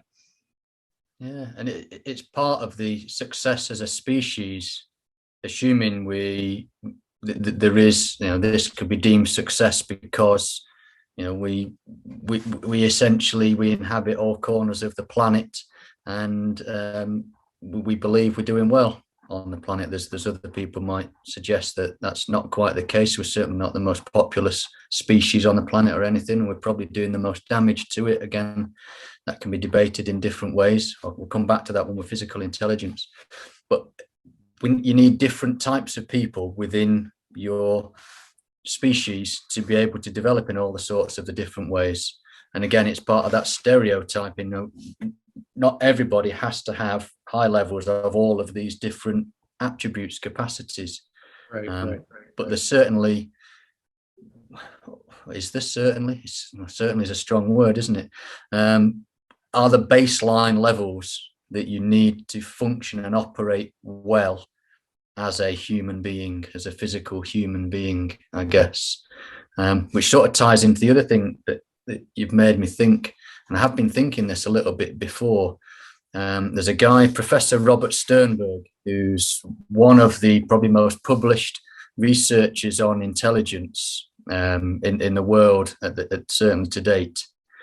And he's never seemingly been a massive fan of the whole intelligence is this mental G factor. You can measure it with IQ and whatever else. he's tended to have a stab at different things, but he's developed over the years. It started off with his triarchic theory of intelligence to successful intelligence, and he now terms it adaptive intelligence, where he thinks this whole thing of what intelligence is our ability, it's not our ability because it can be applied to any living organism, the ability to adapt to, select, or adapt your environment. Which then opens up the question, so actually, is our predominant, our focus on the mental intelligence and the development of technologies and the way we're using different resources in the world and the way we're living, and the mismatches we've created with the way we evolved, are we actually physically, as a species, unintelligent then? Because actually, we had adapted to the environment, and we're now starting to see that those adaptations are causing us a few different issues at a population level. There's lots of individuals for whom it isn't, but if you go from a health perspective, there's a lot of issues that we've created by adapting our environment to make it more convenient for us and outsourcing a lot of the things that we adapted to be able to do. So there's another interesting little conundrum that goes on there. We've solved so many specific problems and with so many specific solutions, and now we're reaping the side effects of all this, a network of solutions and a way of solving problems that is part of the problem, as I said earlier. And we're just in this. The funny thing is, it requires a level of dexterity to get out of it. And the levels of dexterity is the problem. It's going down. Degenerating, I think, is probably a fair word to say in general. Although in some places it's becoming very, very, very small specific areas, it's becoming more finely developed and finely tuned, and just like amazing skills in tiny little situations that aren't necessarily applicable to other places.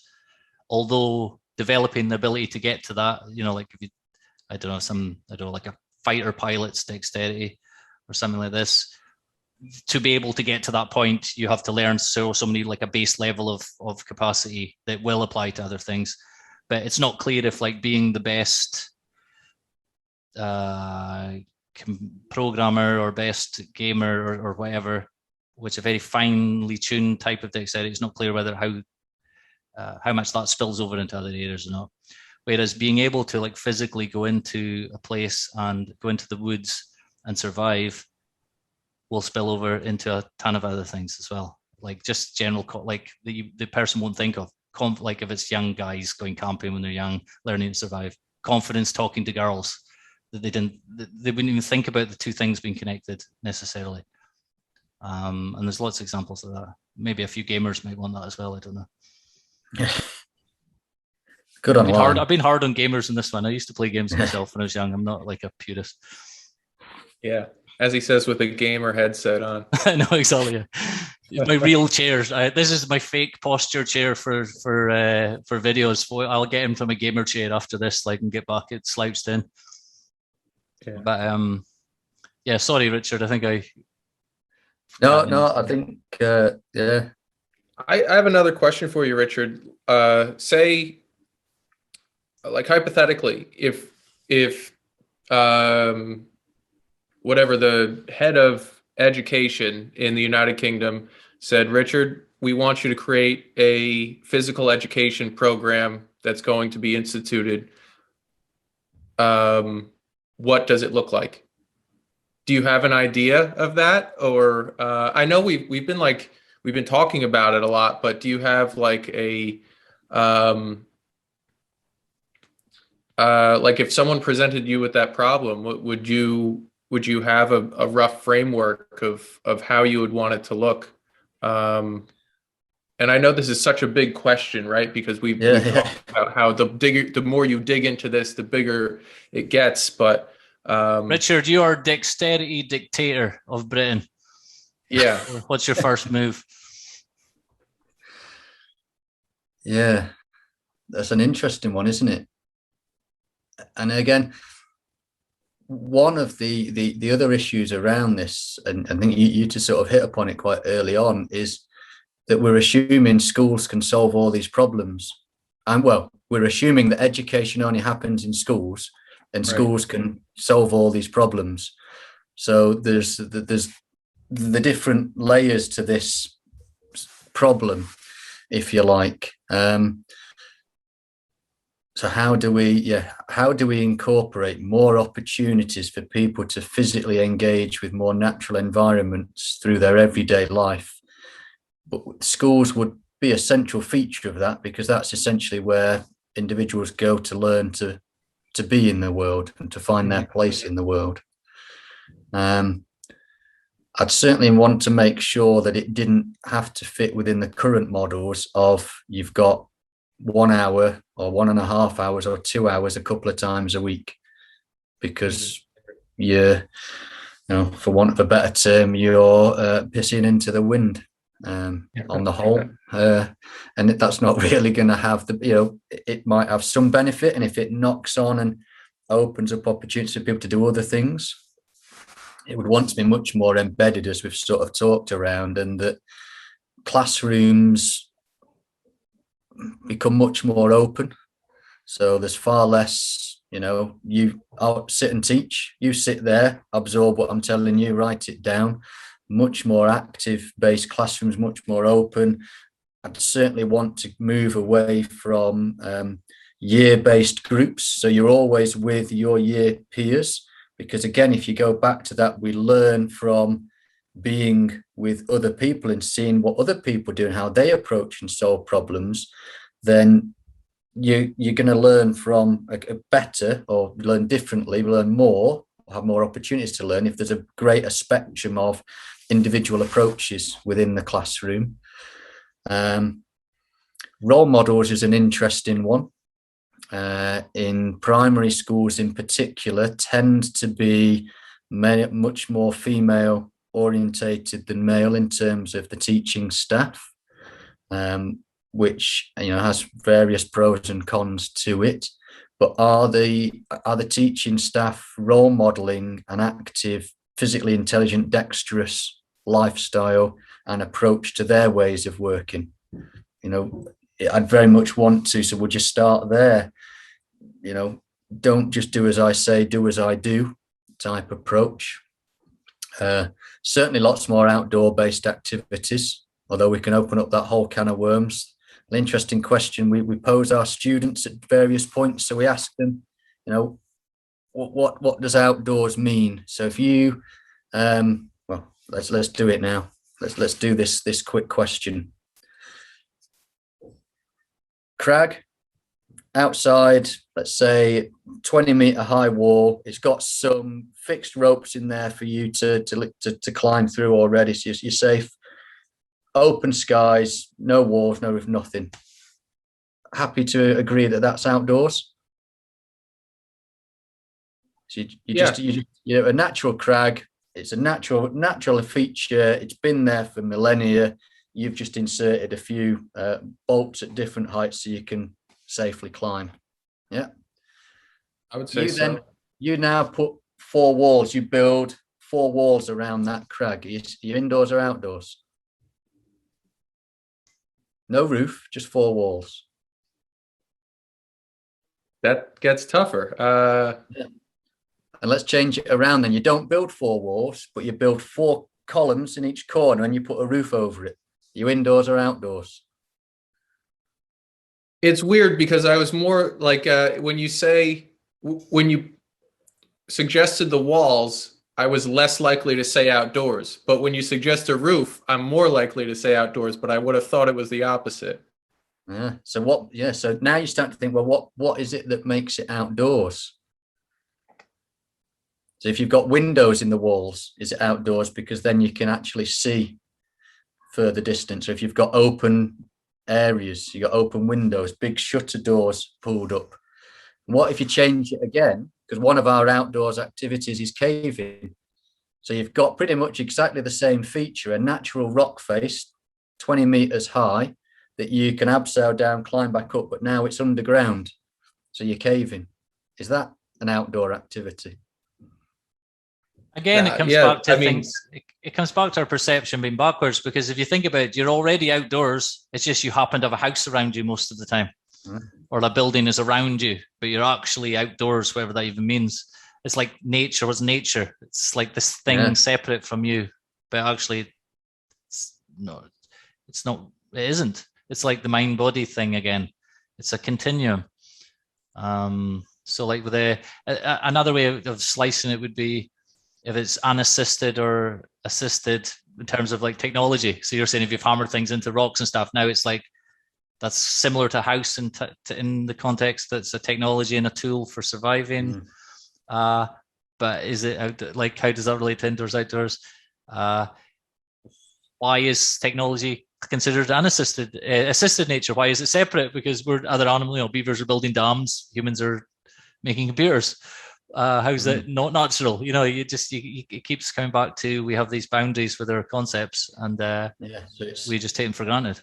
Yeah, and it is part of it then, the layers or the numbers of these boundaries that we erect or put in place, these semi-artificial it's the boundaries. It's something to do with whether it's opens out or whether it's closed in, whether it's like an open system and a closed system, or like we were talking last time, Keith, it's a infinite game and a finite game, whether it whether it expands out or whether it's closed off in some way. If it's closed off in some way, even if it's if it's open to the rain, open to the sky, but if it's closed off, I would call that indoors.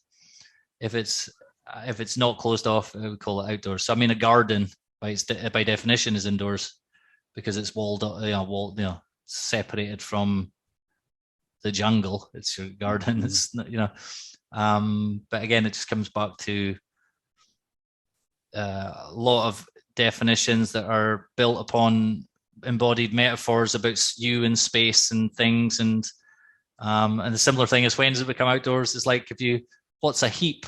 So if you're putting one thing on somebody's hand, then 2, is that a heap? No. 3, 4, 5. Then you get to like 15, is that a heap? No. 30, oh, that's a heap. So 30 is a heap. No, but that's a heap. It doesn't make. It just depends on how you and the context and how you view whatever it is. Yeah. So one of the things that Kevin and I talk about a lot is that the most important meat of the context is the interplay between things and not necessarily the things themselves. Yeah. So say you're the climber on that wall, and right in front of your face is just the rock, and you feel the wind on your neck behind you and the sun on your head. Are you outside? But there's walls around you. Are you still outside, or are you inside? Or the other example similarly is if you're out in your yard and you're open to the elements, but you have a fence around the perimeter of your yard, are you outdoors or indoors? It depends on the context of what you're doing, right? If a bear comes into your house, you're now outdoors. Yeah. I mean, for real. Essentially, yeah. And vice versa. You go to. Yeah. Luckily, we don't get that in the UK too often, but yeah. No, it's not as common, though. Yeah. But it's interesting. But again, it's part of our language in the way that the terminologies that we use, that I even presented it as a dichotomy. It's either this or it's this. But actually, a lot of these things are the it depends that you said, Kevin. We use that a lot in the outdoors. Now, is this safe to do? Well, it depends. What's the specific weather conditions like? What's the water level like in the river? Has it been raining overnight? What's your footwear like? Actually, who are you going with? Who's doing it? Who else is there? Because one guy might be even if somebody does he have the skill to do it? Yes or no? Yes, he does. But who else is there? Is the girl there that he's trying to impress? So now it's no longer safe because he's going to try and do something stupid. There's so many different factors will come into it that you just kind of, somebody's in charge of just figuring it out. And just taking for granted the layers and layers of dexterity and movement intelligence to be able to even think that. And then here we are hypothesizing about it, and it's not even here, and we're talking about it. But it will be useful to us when we are doing something, because now we're like, oh yeah, this reminds me of that conversation we had with Richard that time. and then Yeah. you do something with it. And it's like if you were to go, what's a minimum sort of thing you could do, in sort of going back to your original question, Keith, around the PE curriculum, a fairly simple type intervention would be just to add in, well, a lot of schools work on units of work. We're going to do a 6-week unit of work on invasion games or on net wall games or whatever it might be. And to put within that, use the warm-up times to introduce different types of movements and reasons why they're doing what they're doing, or to have a separate unit of work that might be around natural movements. But it's coming within, so I think it was you that mentioned it, Keith, around, but what's the purpose of it? So it's not just the activities themselves, it's the environment, the interaction with your environment that you're doing them within. So I love a lot of the stuff that Erwan does with MoveNat and developing all those different movements, but just doing the movement for the sake of doing the movement is only really going to get you so far. If you go and get out into a natural woodland environment with lots of interesting slopes and different fallen trees and different things, right, now there's a reason to utilize a lot of these different movements, particularly when you're getting into the quadrupedal type movements, whether you're going up and down the slopes, crawling along the different logs, climbing up into the trees. But do you need to have gone, right, actually, with this particular group that we've got, they're quite sedentary. Have they got the skill set to do those things in a natural environment safely? Or do we need to scale that back a little bit and go, yeah, maybe we filter these things and we use them in fun little games as part of these warm-ups for a few units of work. So we know they've got the basic patterns down, they can understand it, and then we can go and try to apply it. It's interesting conundrums, but they would certainly be those elements of breath work that you can certainly fit within cool down type activities, particularly if you're doing some reflective work. Much more dance. I'd certainly go much more dance based. I know exactly how I felt. It was country dancing in my primary school, and I certainly didn't feel very comfortable doing that, but there's many more styles of dance and much more open interpretive dance nowadays. In fact, again, one of the schools I had to do a bit of dance with when I was on my one of my other work school placements in my training early days, like, well, I don't feel comfortable doing dance, what can I do? And I taught the class to do the New Zealand haka, because you could still tick off. It actually met all the criteria for the curriculum, that you're doing rhythmical movements individually and in a group, and there's some artistic element to it. But there'd certainly be a wider variety of things that you're doing and a wider variety of environments that you're trying to do it within, to expand the opportunities individuals get to try out and develop their dexterity, their movement skills, with the intelligence bit potentially being that ability to learn from those experiences and apply from previous ones. It's I have got, what are we on? I'm just seeing the little notes come up again. 10 minutes, Kevin. Are we all right? I'm aware of time. My daughter's crying downstairs. I hope you can't catch that on the camera, but my wife's down there, so I'm hoping she's all right. So we good learning opportunity. Good. So I can't, and yeah, learning opportunity for her. Another possible answer. It's interesting you asked that question around what would I do if I was this, or not quite go the dexterity king or whatever you called it, the governor. Or but dictator. If I was to try and do something, what dictator? Definitely dexterity dictator, or you could be dexterity czar, dex czar. Yeah, that's fine. Yeah, I like to work within behind the Eastern philosophy of the beginner's mind, because it allows me to just sit back and go, no, I still don't know anything yet. So I couldn't ever term myself those. But where am I going? What I'm going on is, I am trying to come up with a sort of conceptualized model of physical intelligence that essentially will provide a framework for physical educators to go, what could I do to add to, change, improve the practice that I'm currently doing? And one of the models, if you've come across the biotensegrity, I'm assuming, as a concept. So the new ways of looking at how mechanically how we potentially move, and you've seen these sort of tensegral structures. Yeah, from Bucky Fuller. Yeah, absolutely. So I've built a little 3-strut tensegrity model as a way of just trying to conceptualize what's coming out of the research, or to me, what I'm finding in the research around how could I explain this to someone and give them a model to go, right, I can see what he means, and this is how I can take it on. So with this 3-strut model, what I've got is essentially the compression struts demonstrate ways of knowing. I'm not quite 100% on the term ways of knowing yet, but the ability to know the location where we can know things is these 3 compression struts, and then the tensional wires around that link and join everything together are sort of the ways of communicating. So what I want people to consider is these 3 ways of knowing are around, there's an awareness of one of the struts, an awareness as a consciousness.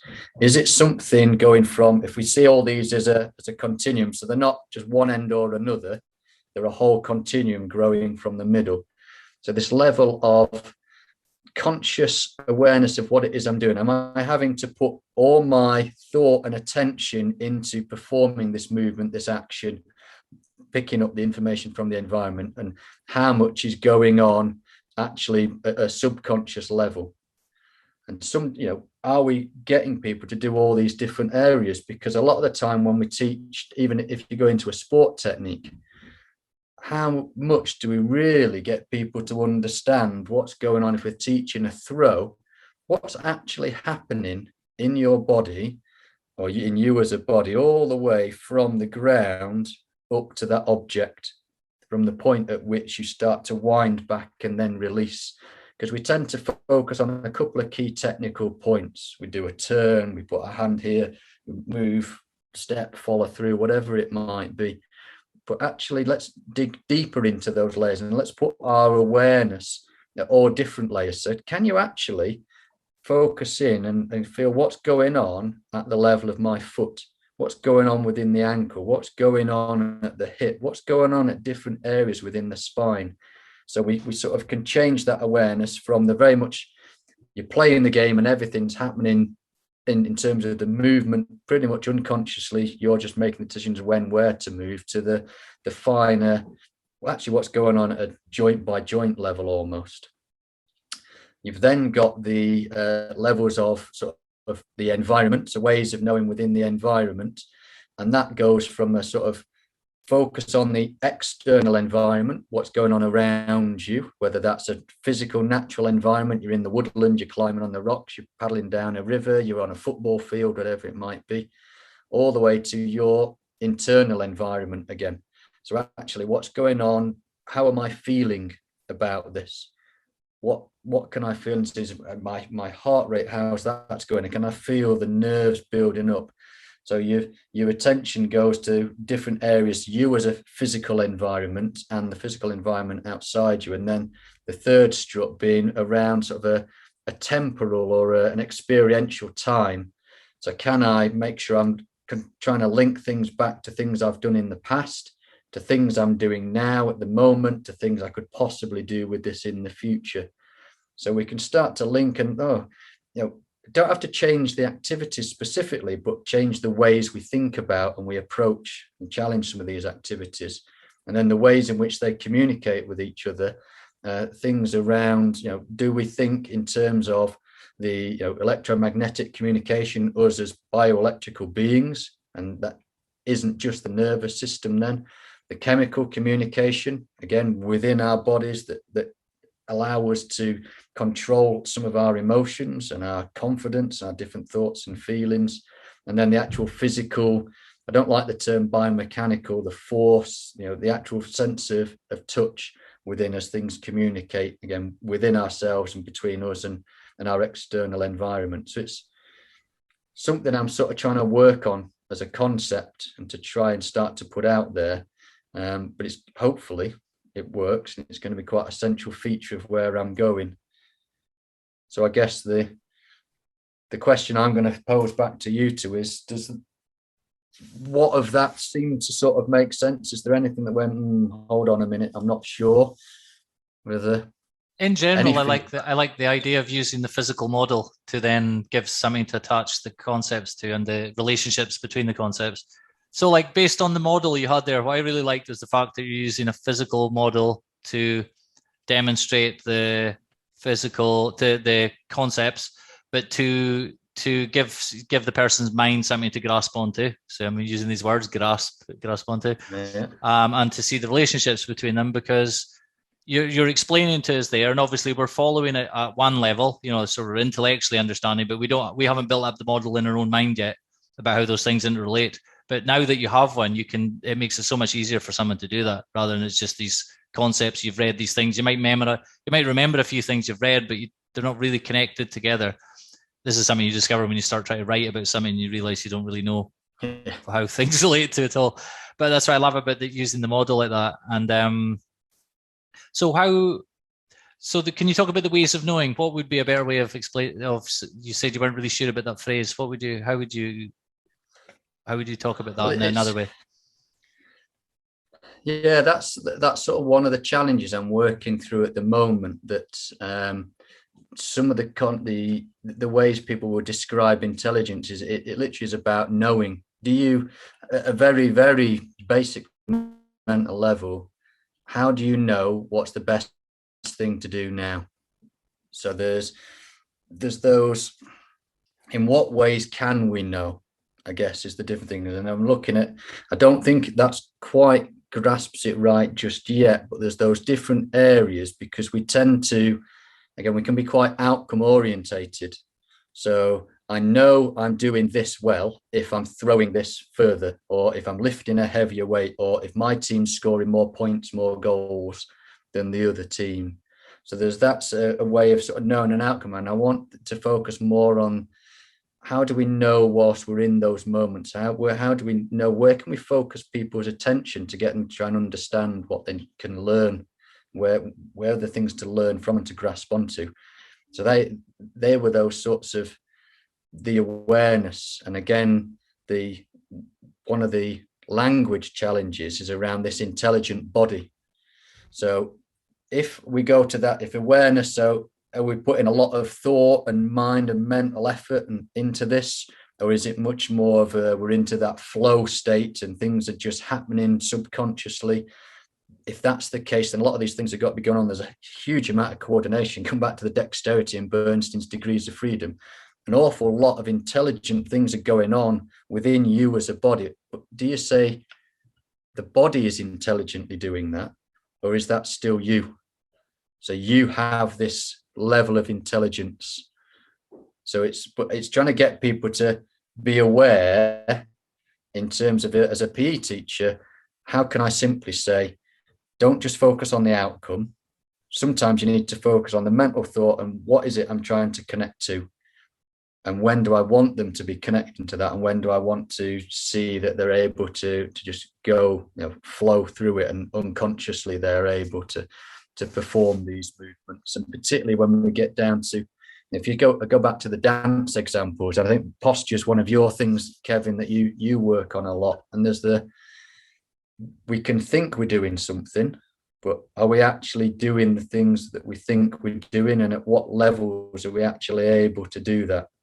So I've asked you to, I'm feeling that my throw is going really well. Hold on, let's change that down. Let's change that speed right down, and let's watch each other. And hold on, video it, watch yourself back. Am I doing the things that I think I'm going on? And what am I feeling in that shoulder, and what should I feel? What am I feeling in that spinal movement? And even going back to the evolutionary points of view, you can wrap all this up. Yeah, can we feel that fish body that we developed from? Can we feel some of these different movements within there when we're doing these things? Can we feel where our center of gravity is when we're balancing? If we're trying to do this little cat crawl over this narrow log or this narrow beam, or we're climbing, actually, can I feel where my weight's shifting? Can I feel that difference? If I shift my head to be more in line with my foot to now give me that ability to push off and switch and change, because we leave a lot of this below our level of conscious awareness. We just expect to do just. It's a phrase that the coaches I get really frustrated with, and I fall into the same trap myself. We're at a climbing wall. Oh yeah, you just put that hand there, then just put that foot there, and then just do this. Whoa, hold on a minute. There's an absolute ton of things that are having to go on. And just because you've got your foot there doesn't mean to say that the rest of your body automatically lines up where it could go.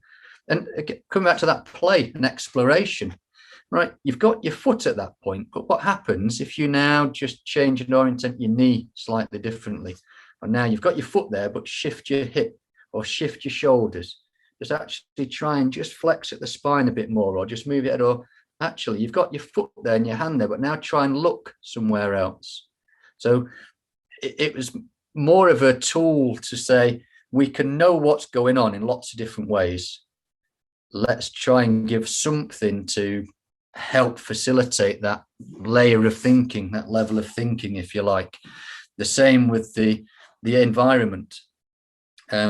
We tend to think about what we do as a machine and not necessarily the inner workings of what goes on. We're getting better at the ecological psychology stuff. Brilliant. I love the work that goes on there. The J.J. Gibson stuff, that tends to be us as an entire being and the external environment, without looking more inwards at what's going on in our internal environment.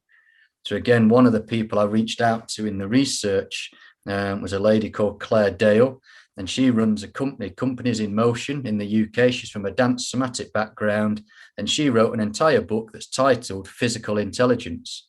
Right, I've got to look at this and see. Her definition of physical intelligence is our ability to manage our internal physiology.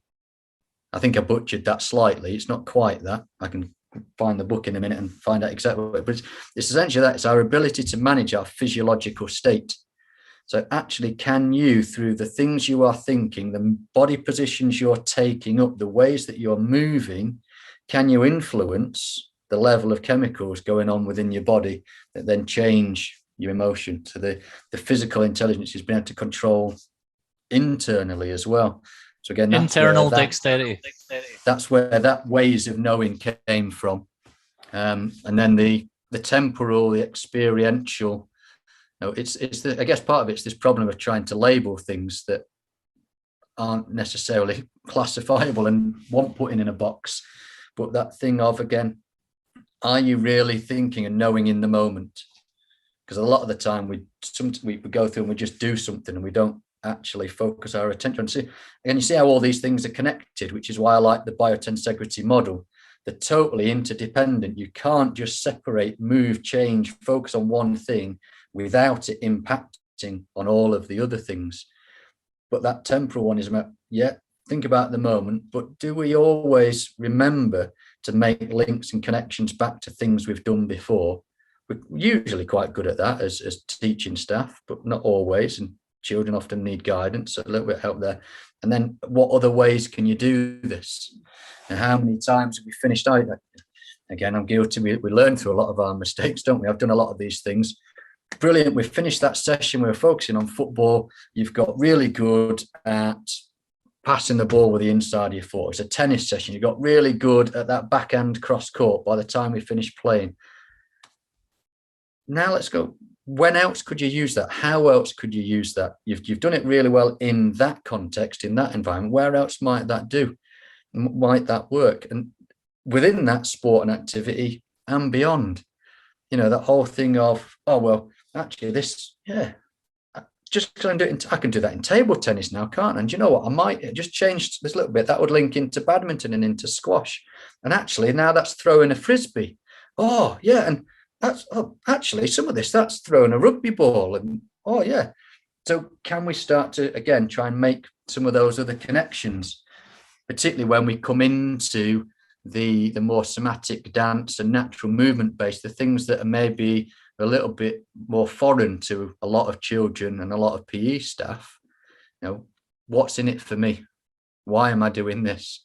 And if part of that sell is, well, actually, if you get really good at doing this sort of movement, it transfers into your preferred sport or activity like this.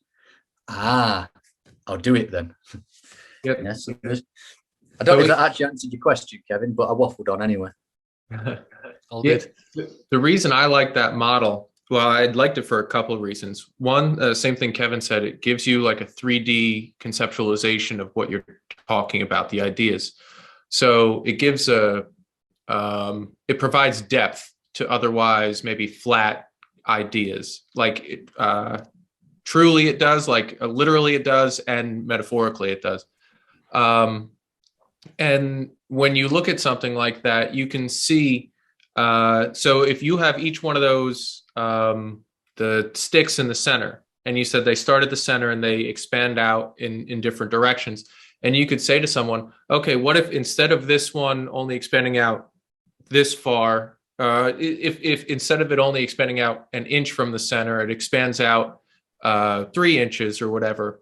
And that taking place for, like, if you move deeply into this concept or idea or action, you actually give yourself more room to play with all the other concepts or actions that you are dealing with.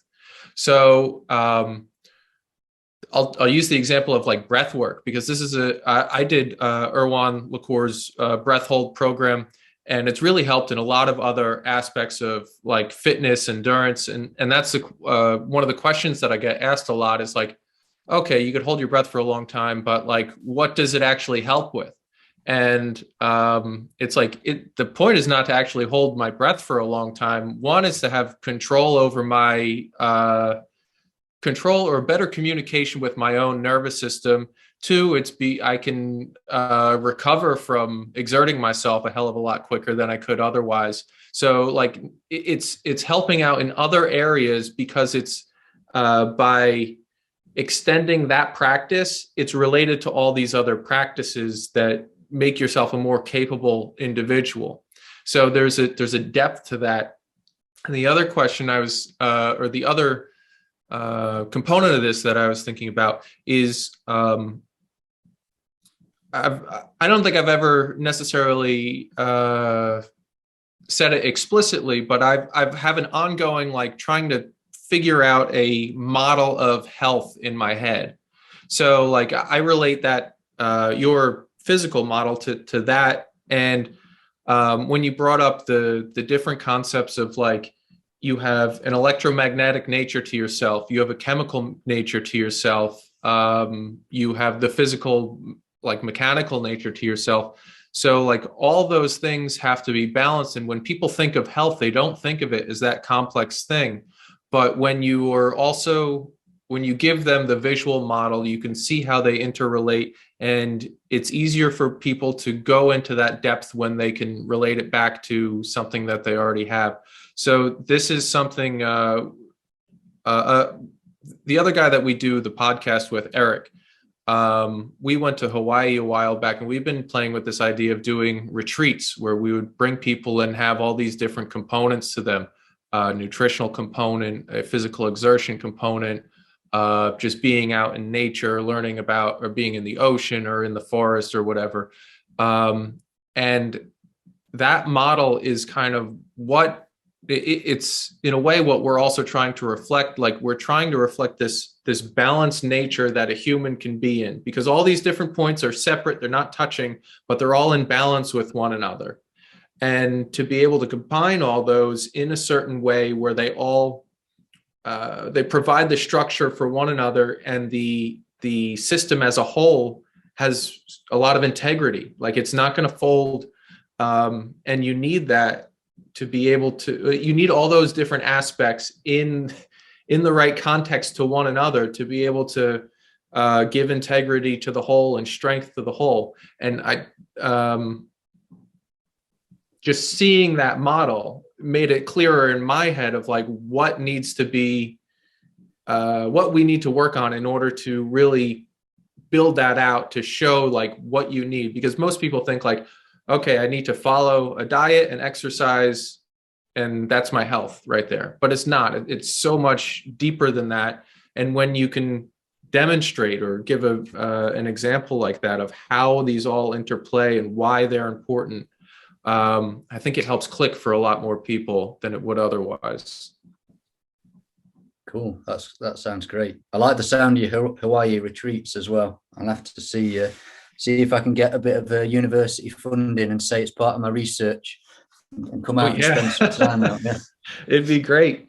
We're still very haven't really put the hammer down on it too much yet, but it is something we'd like to get going. And talk about. Yeah. Could definitely structure it for us to make it a legitimate part of a PhD program. No problem. Yeah. Hey, well, to be fair, this will go into some of my work, because it's part of what I'm doing. Is at this point, I've gathered the data from data. It took a while for me to persuade our ethics committee that what I was doing was actually a legitimate way of doing it. My questionnaire was essentially one question. So I sent that around and I got various responses, a couple of which were these books. Guy Claxton and Claire Dale sent me their books. Erwan LaCour was another one who was, I'm very grateful for his time to put some things together, and there were various others. So I've gathered that data. I've done all my reading around. A lot of it was centered around what are other people telling me, and I need to link around a lot more. And that's helped me formulate this draft model, if you like. But this is the next stage partly for me as well, is I need to see how this works, because it's all well and good for my PhD to sit and say, I've got this theoretical model and it's all nice and it looks good and it's tangible. And so what? If it doesn't actually work, if it doesn't make sense to people, and if people from a pragmatic sense can't actually make any use of it. So this is some valuable feedback. And again, please get back in touch if there's anything you think of later on, if you want to take this discussion further. More than happy to share some of the other things, because everyone's input is valuable. I'm sort of priding myself on the fact that I'm not restricting this to an academic level. There's far too much knowledge, experience, expertise that exists beyond the walls of academia that some academics are hesitant to actually embrace because they've not got the titles that other people have got. And it's great to have the titles, not earned it yet, it's quite a way off, be a couple of years yet, but everyone's opinions are valid. And I think the stuff that you guys are doing is great. So yeah, glad that it seems so far to have been of use. And if it's triggered a few thoughts, then brilliant. For definite. And it works both ways as well, because a lot of people who are kind of on the ground doing things are kind of snobbish about academics and stuff as well. It's like both ways they're kind of suspicious of each other. But they've both. I fully get that one, Kevin. I've sat on both sides of that fence. Right, yeah. So do you want to tell people who are watching ways to get in contact with you, Richard, if they want to talk more about this? Or what can they can you suggest things that they can go and look at that either you've written or that you suggest a good way into this topic? Yeah, I mean, I'm more than happy to talk to people about it if anyone's interested. The easiest way, as I say, I'm not a massive internet social media guru of any stretch. I've got myself on Instagram. I don't really understand how it works, but I'm on there. I wouldn't even tell you what my thing is. The Twitter one's probably the one I look at the most. I don't know what am I. Move, train, regen. Okay, cool. So we'll put a link underneath. Yeah, put it on at Move, Train, Regen. It's something that I have got in the back of my mind, something to work on. So again, it's another 3 strands to. So you were talking, Keith, about 3 strands to health. There's the movement side, which I take in this sense to be just general everyday movements. How much do I move in my everyday life? And the training is when I'm specifically geared on, right, at this point, I'm deliberately trying to practice X, Y, Z. I'm training to improve it. And the regeneration is, again, that same part of what am I doing specifically to try and rebuild, repair that anti-fragility, helping that regeneration process after I've done some training, some physical exertions. That's where the nutrition, the sleep, the earthing, those sorts of things try to come in. And it links nicely. I don't know whether I should say it or not, because someone might go and steal my little website plans that I've got. But it links in around some of the natural stuff. I'll develop a website eventually. The Move, Train, Regen Twitter is probably the easiest way. There's a link on there. I think you said you'd had a little look before, Kevin. The published article is essentially my transfer report. So what that is in our institute, you never start directly, or you rarely start directly on a PhD program. I started on an MPhil PhD program, which essentially means for the first couple of years, you study to a master's level, and then you do a transfer document and a transfer viva, which is a process of you essentially saying the project, the topic you're working on is valuable, it's worthwhile, it's going to make an original contribution to the body of knowledge. It can be worth studying up to PhD level, and that I, as a researcher, am capable of taking the study to PhD level. So that transfer document was slightly edited for that publication, and that essentially tells the story of what I've been doing so far, where I'm currently at, what I've learnt philosophically, as well as about the topic of physical intelligence. And there'll be more to follow in the coming, hopefully the next 6 months. I've got a couple of other presentations I'm doing. There's a paper coming out in the Institute of Outdoor Learning in the UK. So I'll put a link to that when it's available on my Twitter page.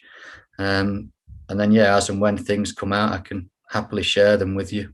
And just discussions like this, because again, why does it have to stand behind that academic element of it's only worthy if it's written in an academic or published in a journal? I do tell our students that I probably have learned, the basics were good, what I learned at university, my sports science program, the ability to critical think and understand evidence-based practice and those elements. But essentially, I've learned far more from being on the ground, in schools, working in the gyms, on the playing fields, much more so than I did through my degree program. Could I have done that without the degree program? Probably not. Certainly not to the level I think I'm doing it at.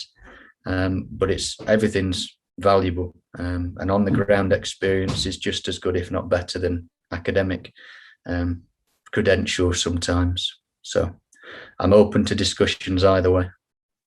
Awesome. So, thank you for coming on, Richard. This has been lots of fun. So we're just proven by the length of this video. Yeah. So nice one. Thanks, Kevin. For everyone listening, you'll find links to Richard and to our stuff underneath. And if anyone listening to this wants to talk about some of the similar things that we've talked about today, get in touch with us, because this is a discussion that's bigger than us, and it's going to keep going on a long time, I hope. So anyway, Richard, you're welcome back on anytime. Nice one. Thanks, Kevin. Thanks for your time, Keith. Been great. Thanks, Richard. Nice meeting you.